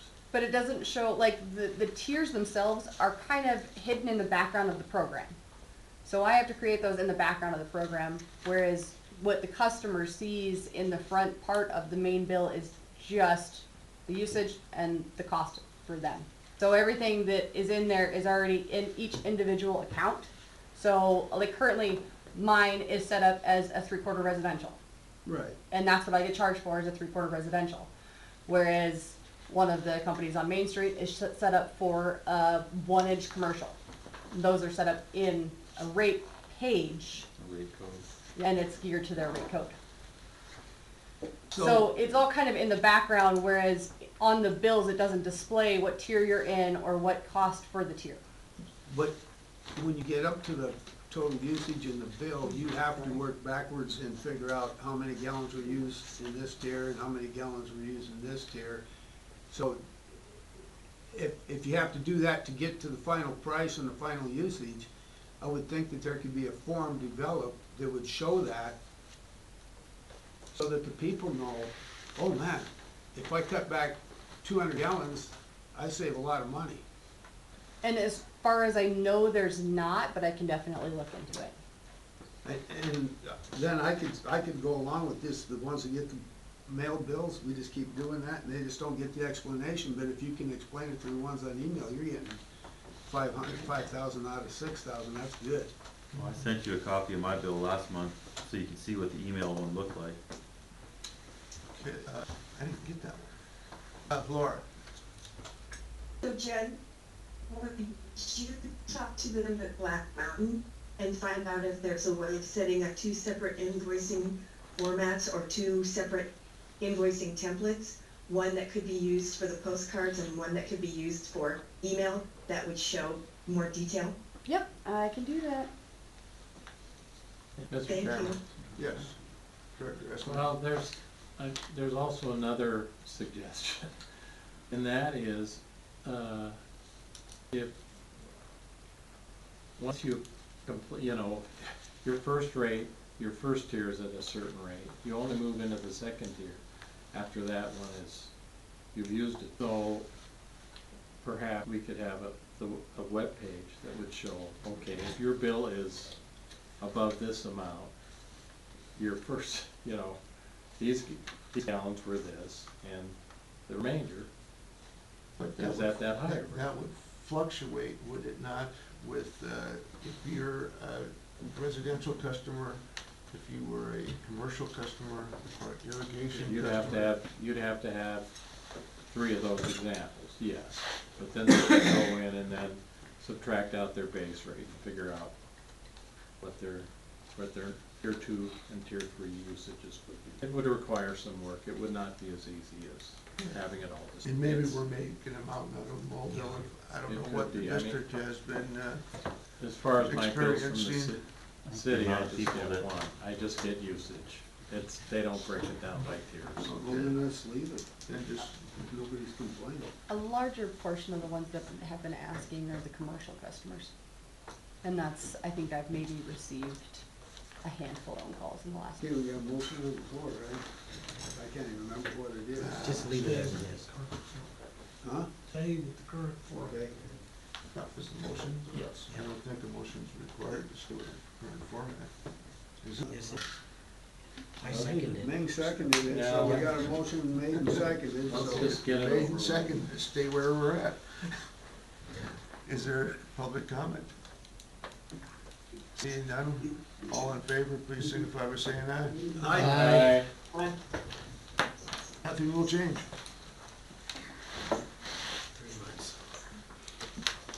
Okay, cleaning contract, Josh. You got the one for executive that came through, and then we got, 3 others that made contact with us, so shall we pick those up? Where'd you have those? Those are in, they're in the, yep, with that. No, In front of Jeff, there's a pile of them. Oh, Pass them down? I think they're in our packet. No, I didn't no, see it. the Oh, they quotes weren't? didn't come in until after the fact Oh, was okay. posted. Well, I see executive link. But as you will see, you have, executive coming in at $949 per month. And then there was also in the packet for the executive, it had a schedule of their cleaning, what they do, how often they do it. We had the other individuals that we contacted, just kind of based it off that same schedule, so apples to apples. Brenda's cleaning service was $1,000 a month. Finishing touches was $780, and Berry Clean was $900. So that's your $800 to $1,000 a month for cleaning service. Question, Mr. President. Yes. Okay, so like on, finishing touch, they're cleaning on Friday and on Tuesday, so that means there's only one day of use in the building, 3 days per week, Tuesday and Friday. Monday and Tuesday, and Tuesday, 2 days. Wednesday, Okay. Thursday, Friday, 2 days. Okay, thanks for the explanation. I looked at that and that was my first response to that. Now, Go ahead. Josh, you sent them this Schedule A from the executive and they're agreeing to do the work this way? Is that what you're saying? The same, yeah, so that way they quoted us, it was apples to apples that way, you know, the same work in the same time frame. What is your feeling on these as you got them and spoke with them? No, Jen was the one that actually kind of walked them through, and Tosh, you wanted to bless on that. Thanks. You're all bonded? Honestly, I wasn't really impressed with Brenda. She's the most expensive one on the list. She, didn't seem that eager. Not really sure. Which one is Brenda? She was the $1,000. She's the very last one. As far as Berry Clean, they gave us a high-end price because, of course, not every month has 9 in them. So some of them will have 8. So it won't always be $900 on that one, just so you're aware of that. But as far as Berry Clean and Finishing Touches, they were both, you know, very explanatory. Finishing Touches, that gentleman was very thorough as far as what we needed, what we wanted. So. I don't see, even on executive cleaning, where this is really a contract, it doesn't give us any guarantee of time that this dollar is good for. Is this 1 month? Is this till the end of '24? The end of the calendar year? There isn't really a contract per year.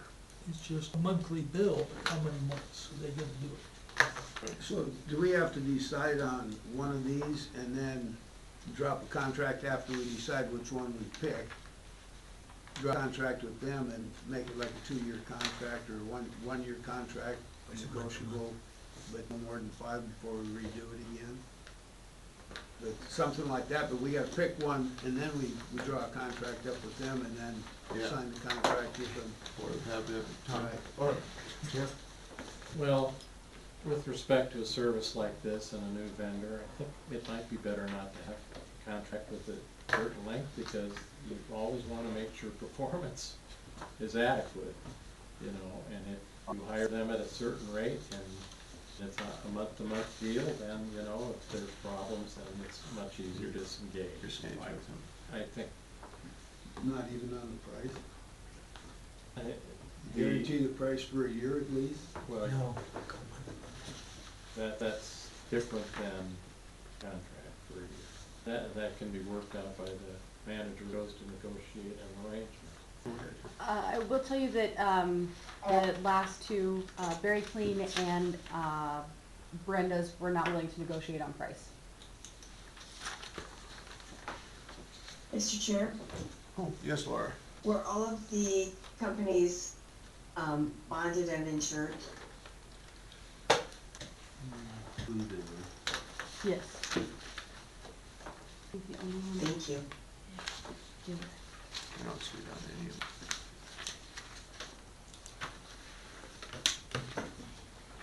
They did We can all double check that when, if you decide to go with, I do know for sure that Very Clean was, when I spoke about it.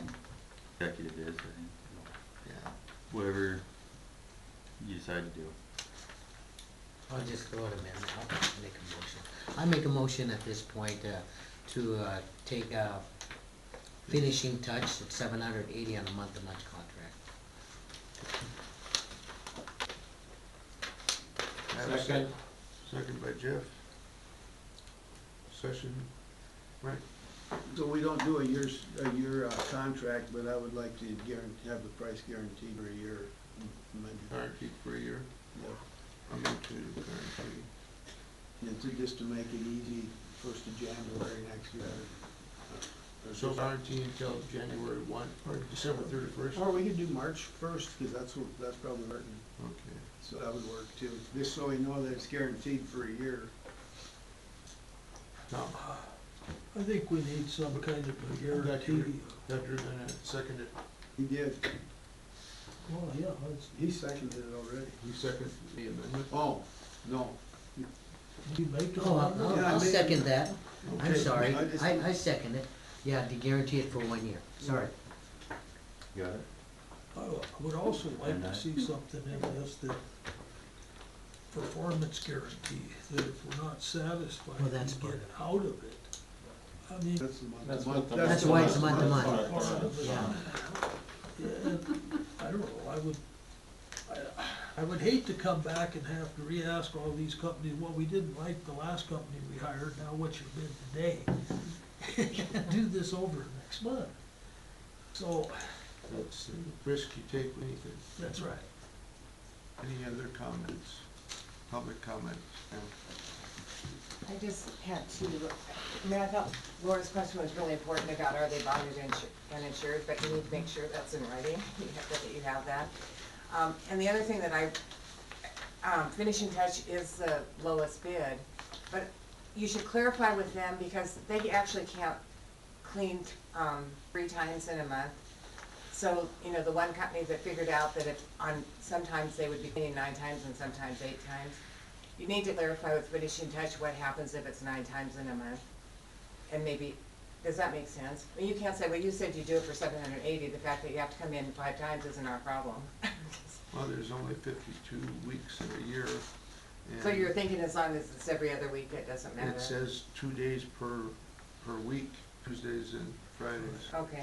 Jeff? I've got a contract that's a set amount per month and And it works out it fine? works out fine. Okay. They know what they're getting into. Any other comment? We will take a vote on the motion to, Amendment first, the amendment Amendment. to guarantee for till March 1st of 2024 with finishing touches at 25. 25 or a couple of weeks. 2025 for $780. All in favor, please signify by saying aye. Aye. Motion carries unanimously. Now we'll vote on the motion to accept finishing touches with provisions that they are bonded and insured and on a month-to-month basis and guaranteed to March 1st of 2025.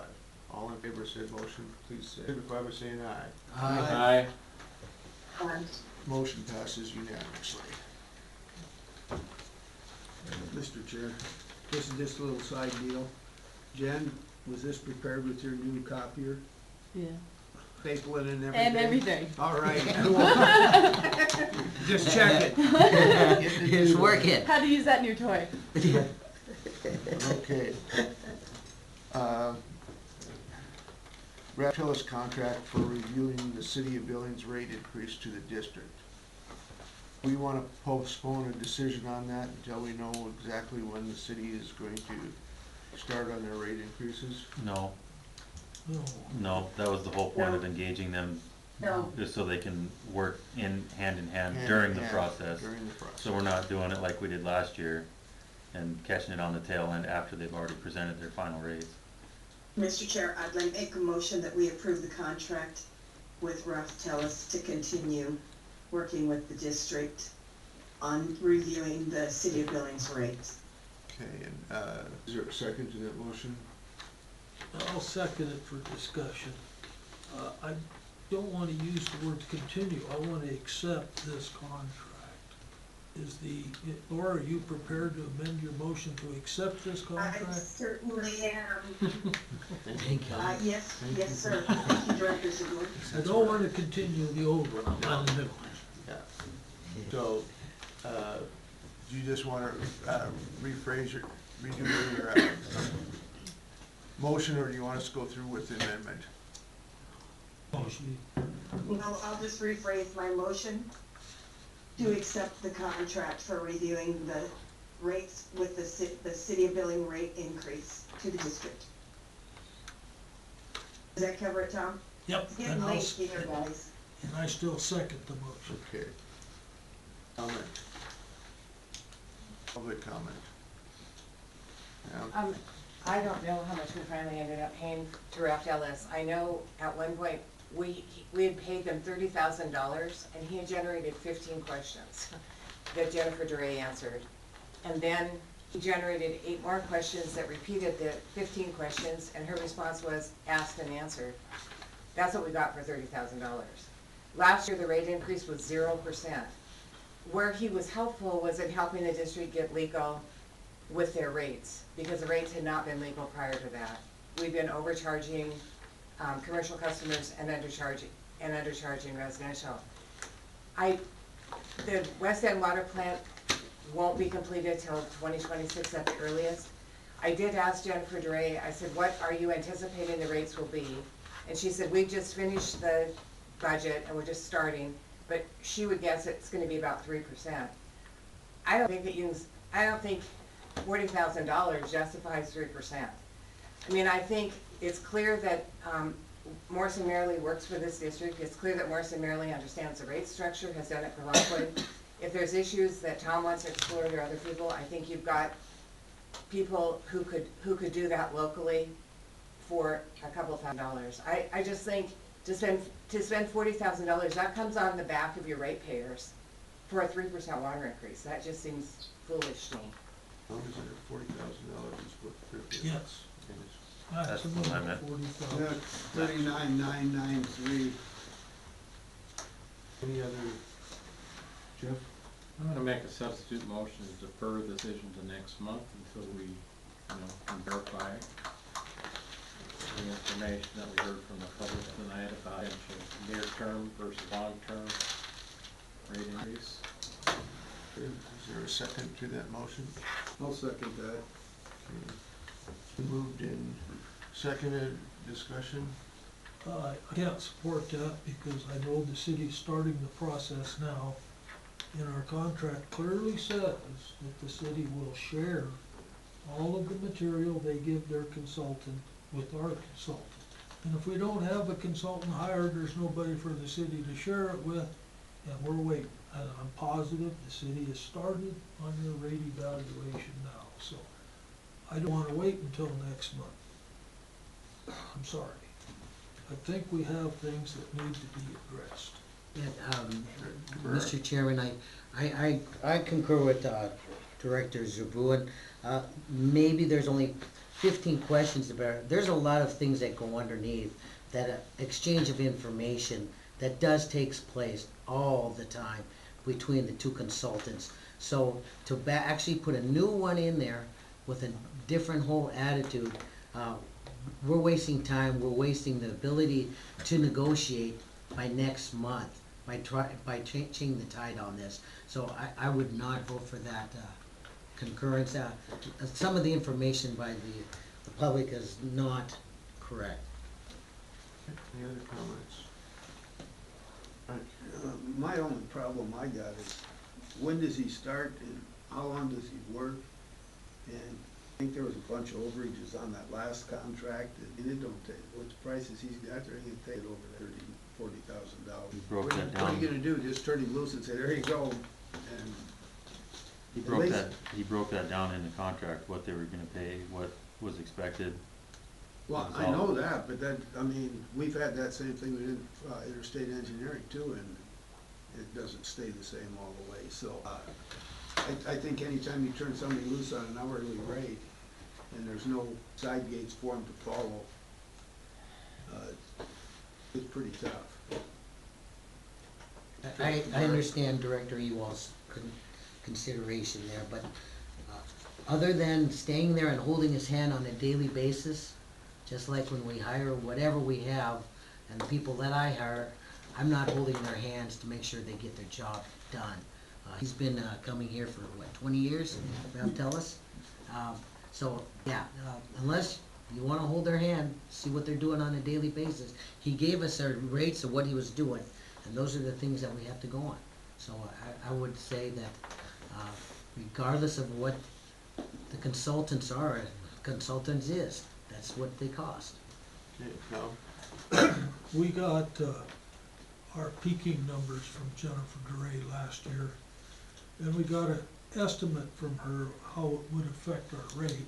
Her estimate showed as much as 25 cents on 1,000 gallons. That's 8% off of our current rate.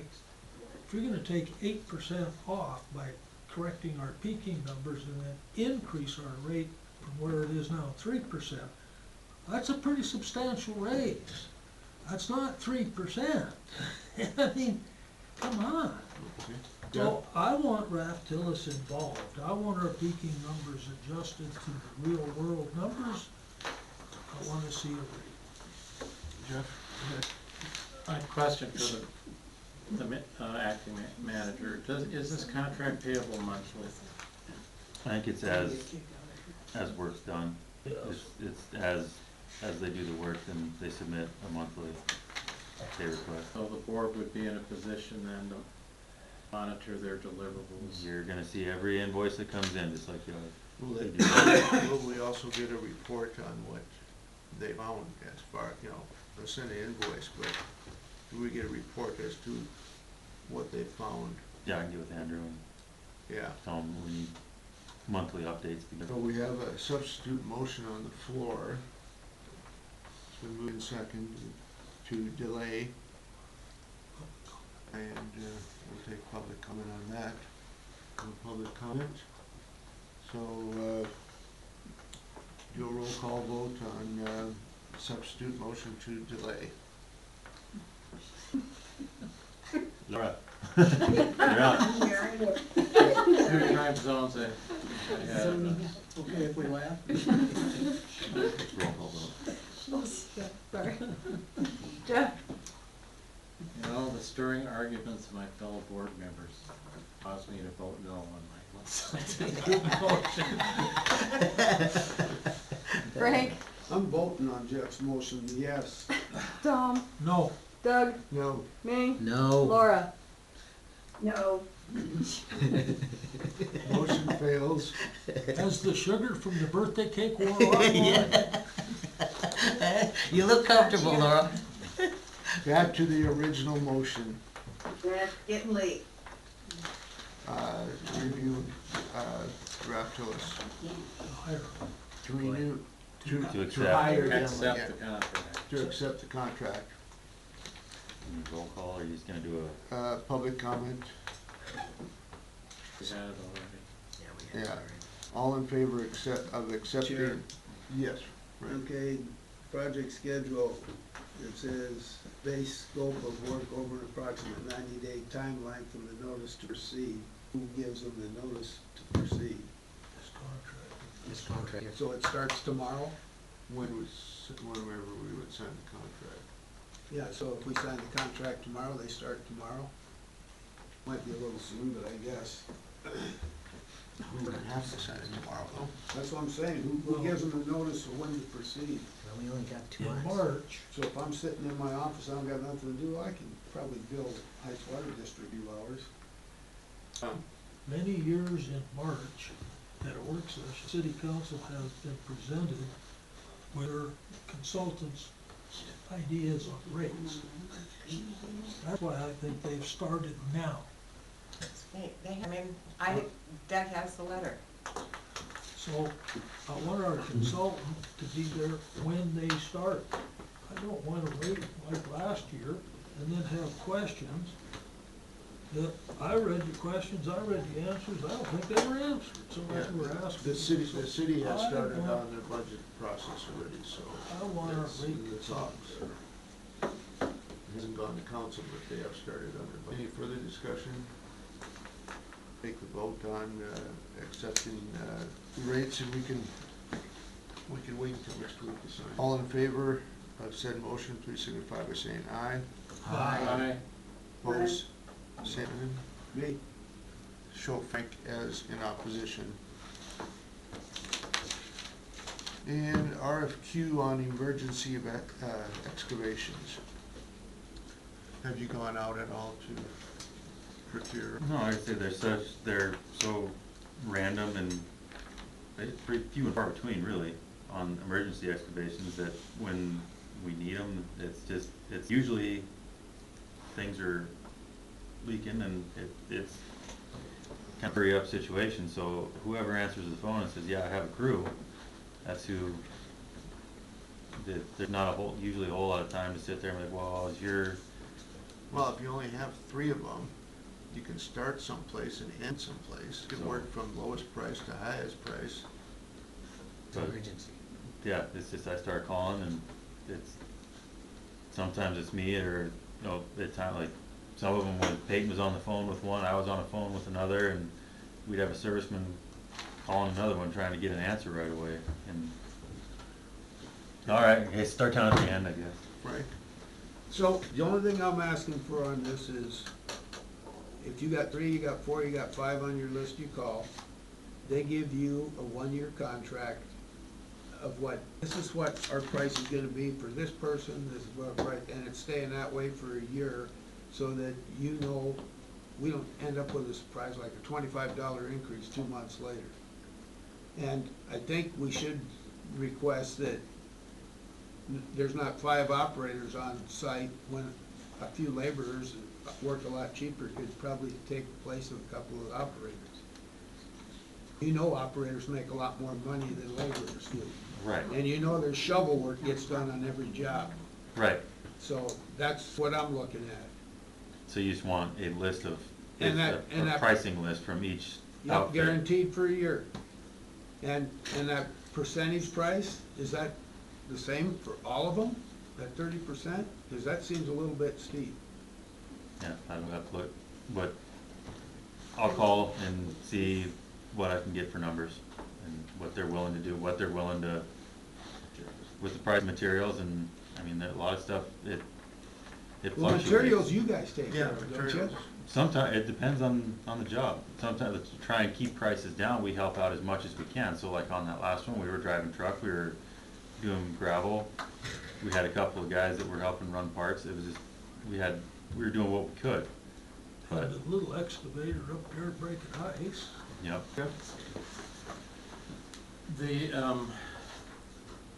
I have an arrangement with a plumbing firm, for example, where, you know, their posted rate is X dollars, but because I commit, then I get billed at a lower rate per hour. You know, I do think the markup on time and materials is a very good question, that they should ask them all for their pricing sheet. Of that, if they will commit to it for a 12-month period, and what their markup on time and materials is for their, you know, overhead and profit. So we know what to expect, and then that can help, you know, our acting general manager decide which order to call these firms in, you know, and at least let them know that we are price sensitive. Tom? Now, these are emergency repairs, so it's get somebody out there. So there's no way of having a price or anything like that. My biggest concern is the wage increase was totally unexpected. And the 30%, we see that on both bills, 30% markup. I really would like to understand what that 30% is for.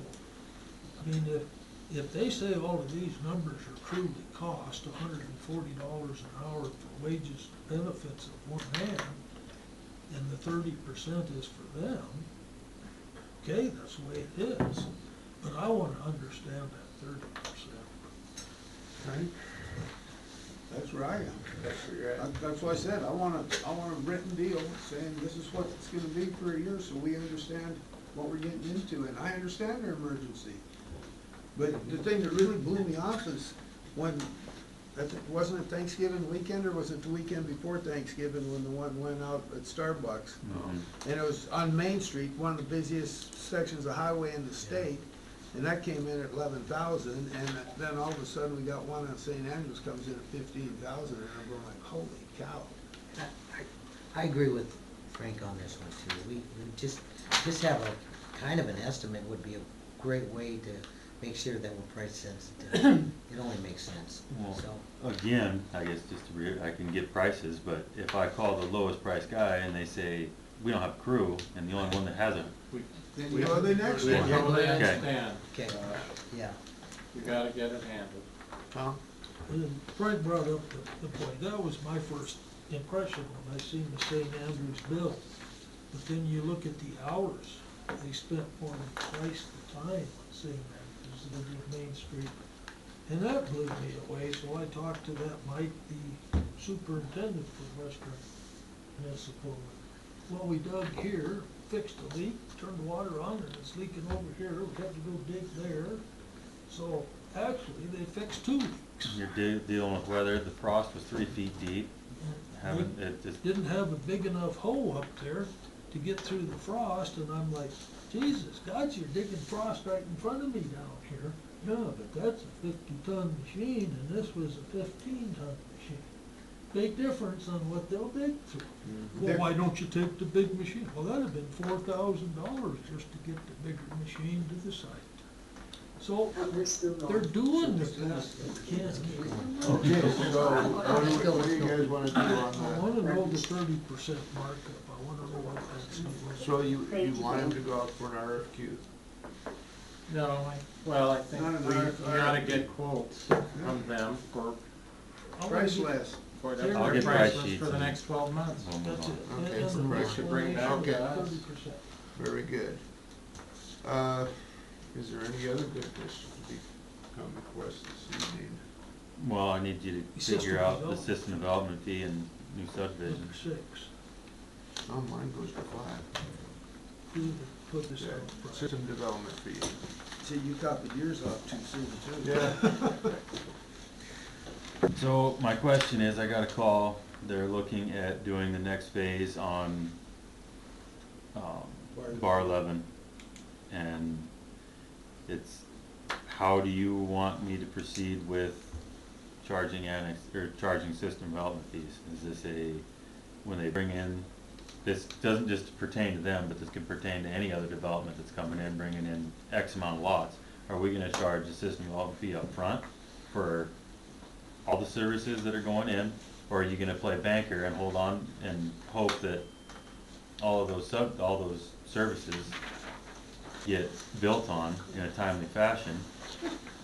Our rates actually stated how that was gonna work.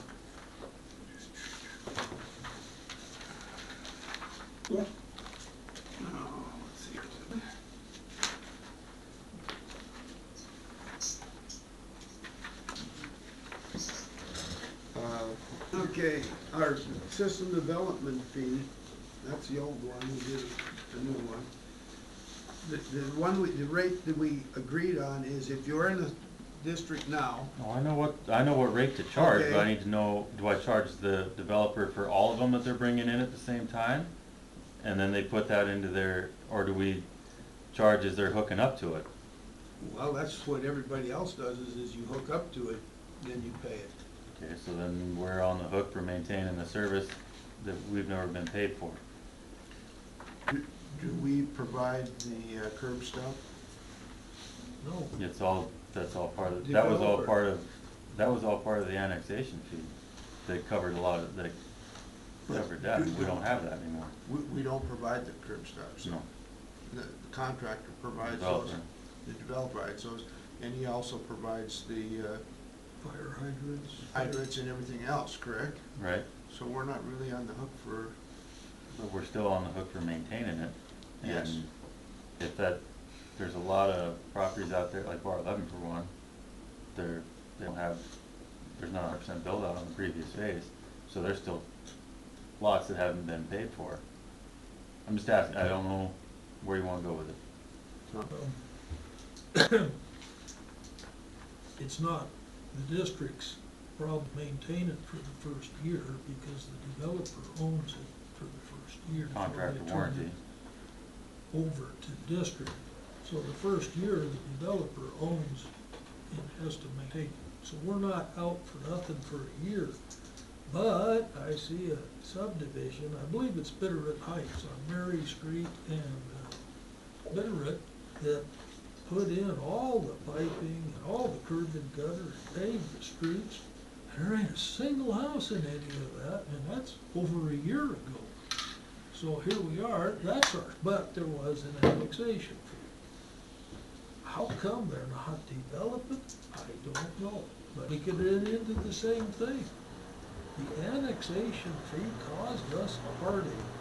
We all wanted it to go away for development. So all I can say is all we get is our system development fees on each lot as they develop.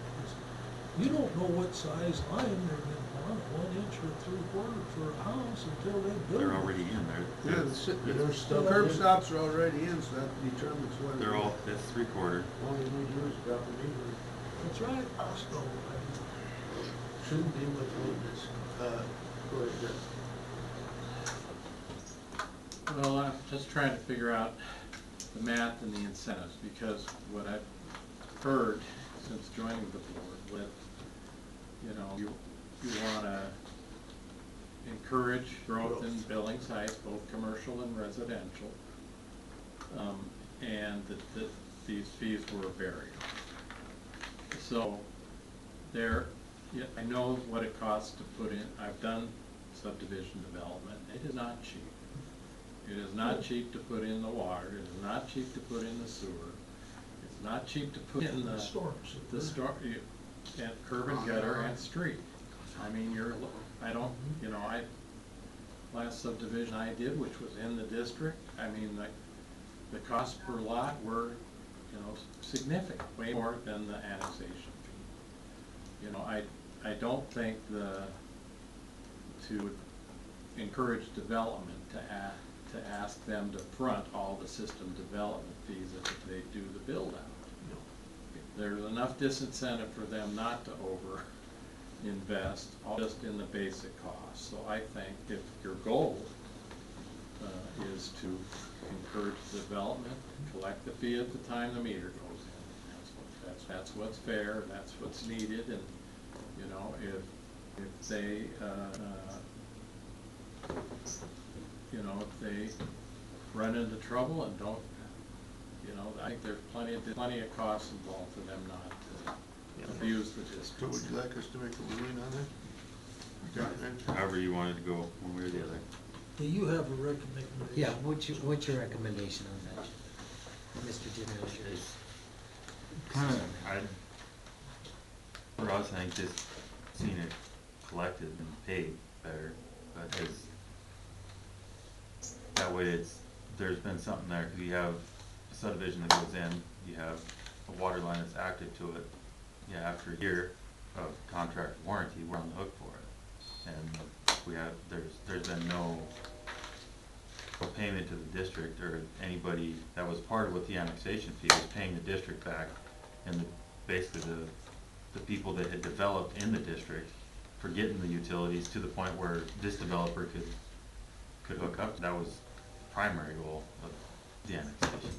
But whichever way you guys decide to go.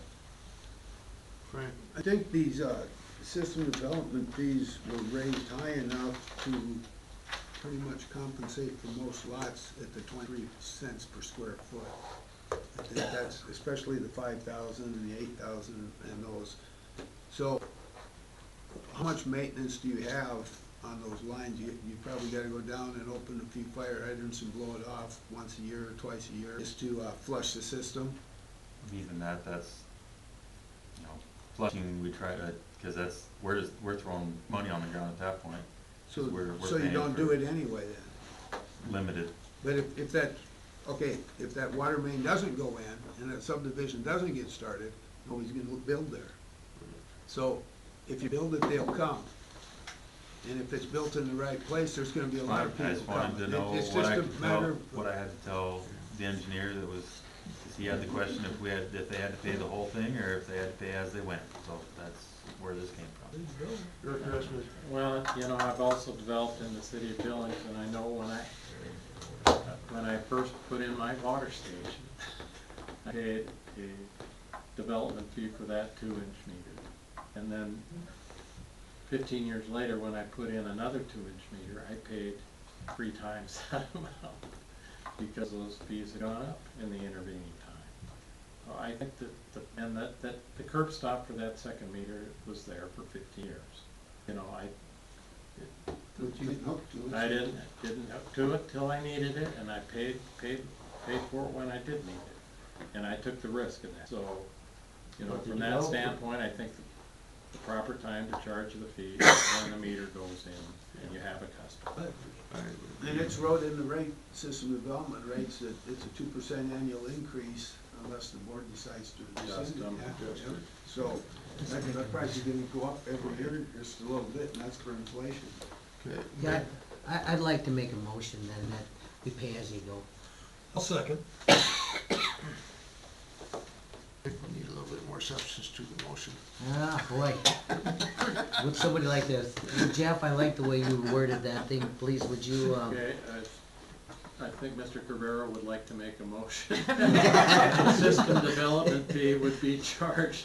pay as you go? At the time that the meters. Meters put in, yeah. there At you the go. time the meter is set, yeah. I'll second that.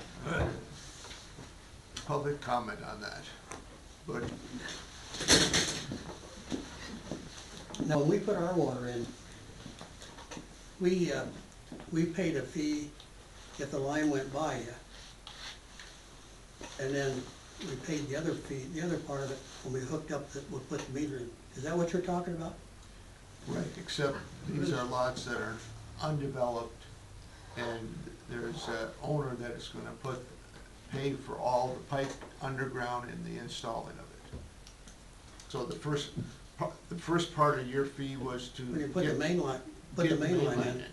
That was paid Yeah, for because the main we line. were informed that if it goes by, you know, and they put the curb stop in, then we pay, and then you can pay that on your taxes or however. Seems to me like that's kind of a no-brainer, if that worked for us.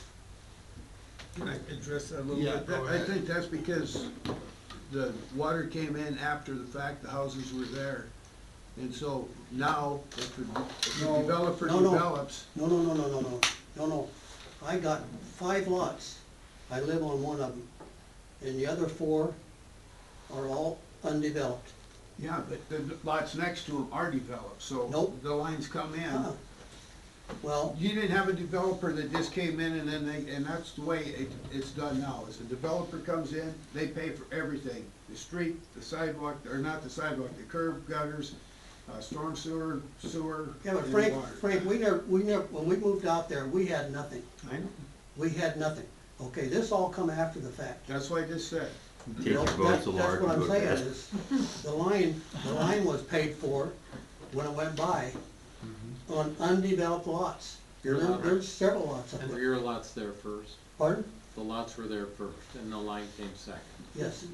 This is the other way now This with is the new opposite. subdivision. Yeah. The line's going in and then the lots will happen. So you're talking about one entity, the developer itself, is that what Correct. you're talking That's about? gonna do it. Correct. Well, I was just referring to my situation, what we did. Yeah, That's the nobody does it that way anymore. Well, they do it in the developed area. Yeah, SID. Well, if it's, Uh, I guess if you got a contractor come in, you know, do all the SIDs, you know, at one time, well, then Well, I can then- see that. I'm just trying to get a, Feel on it. figure out what, That's why. why that doesn't work now. Yeah. Okay. Any further public comment? Okay, we'll take a vote as to I second his absence. Yeah. Would you like to repeat your motion? No, he doesn't. No. No. Let's get. All in favor of, not charging the fee until the meter is set, please signify by saying aye. Aye. Aye.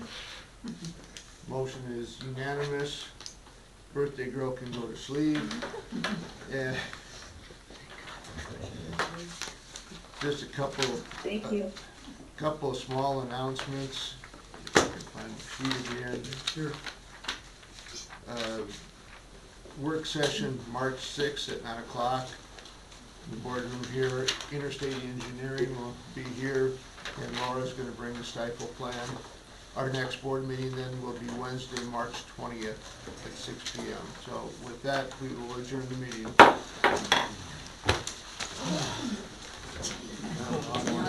won't be here for work session. Yes, thank Hey, you. how are you doing? You doing okay? You met me. Yeah, of course. Yeah. Are we okay? Are we, yeah, oh, we're good. Did we put that in? Yeah, it was a couple weeks later than I was hoping for it to get in, but it did get in. You don't get away from I can't remember what day it was. But it's there. But I can let you know, I can let you know. Just text, yeah, let me know. Okay. If you got a copy, if you could just copy it. I'm sorry, I just missed it. That's okay, no worries. Mike, is that? Yep, that's right. I think it's the, like, where they have the 5 yard stuff, the west section. For me, like, actually, I think it's, I usually could. but it's, I can leave here at 7, I can call the editor, and I'll be there. That's the way. I drove down, and we had the dog. So we drove down and back, and then I drove down all the way. And the third time, we had a house.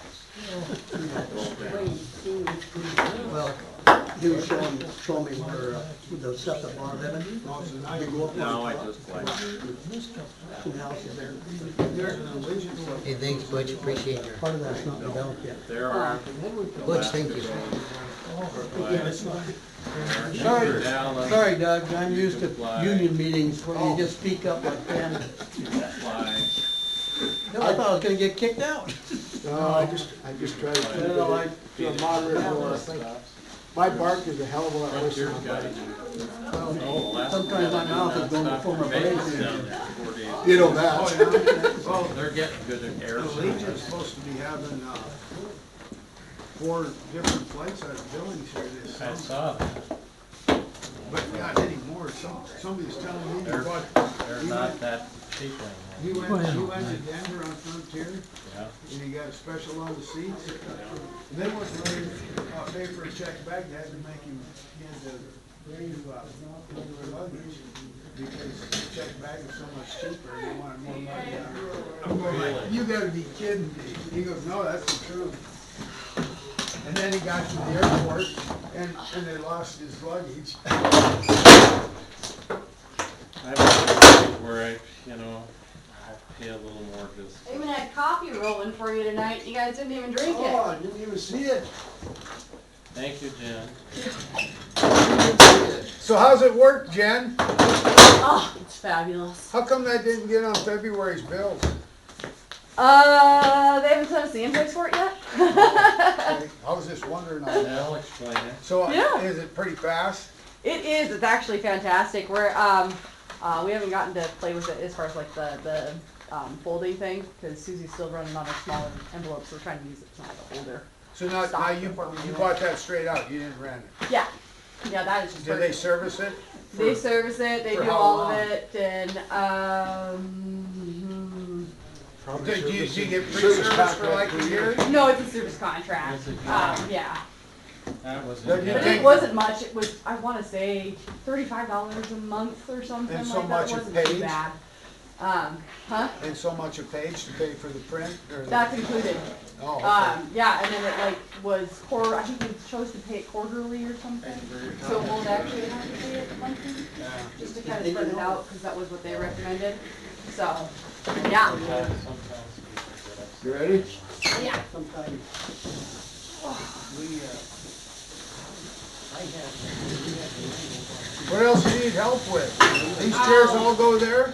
And so I pay. These chairs go there? No, most of those stay over there. Okay. Yeah. I'll leave them. Stay over here. Stuff on my house. All the way down. Beer 30 then? Yes, it's beer 30. Actually, I think I might have a beer when I get home. I was just gonna say that. Either that or I might have a wine, but I'm not sure. And I paid a system development fee to the Right the district that was there, and then the city came out and So I had thought, any bit of our Vanished, information and is then I had needed to about pay this knowledge, so system you can come in here and request any. Oh, the city of Billings. Yeah, we sure want them guys to know. Oh, just what you Yeah. put that. So- I think the only thing that we It'll be- aren't required to ultimately, provide to you you is our guys will big make that revenue decision. and account numbers and things like that. Oh, Yeah, it won't be us. Don't you think that the public ought to vote on that? At the end, yes, after the fact. After the fact. I'll agree with that. I think, but we gotta get the Because- facts. You It know may what? make sense or it may not. Well, We don't, there's no guarantees. I'm like you. Yeah, oh, trust me, I caught it, dealt cause when, it was happening when I first started here. with it. Yeah, So yeah. It's one of these things. But, you know, that was just, You know, Yeah. Oh, yeah. it struck me funny. Yeah. You guys have a good night.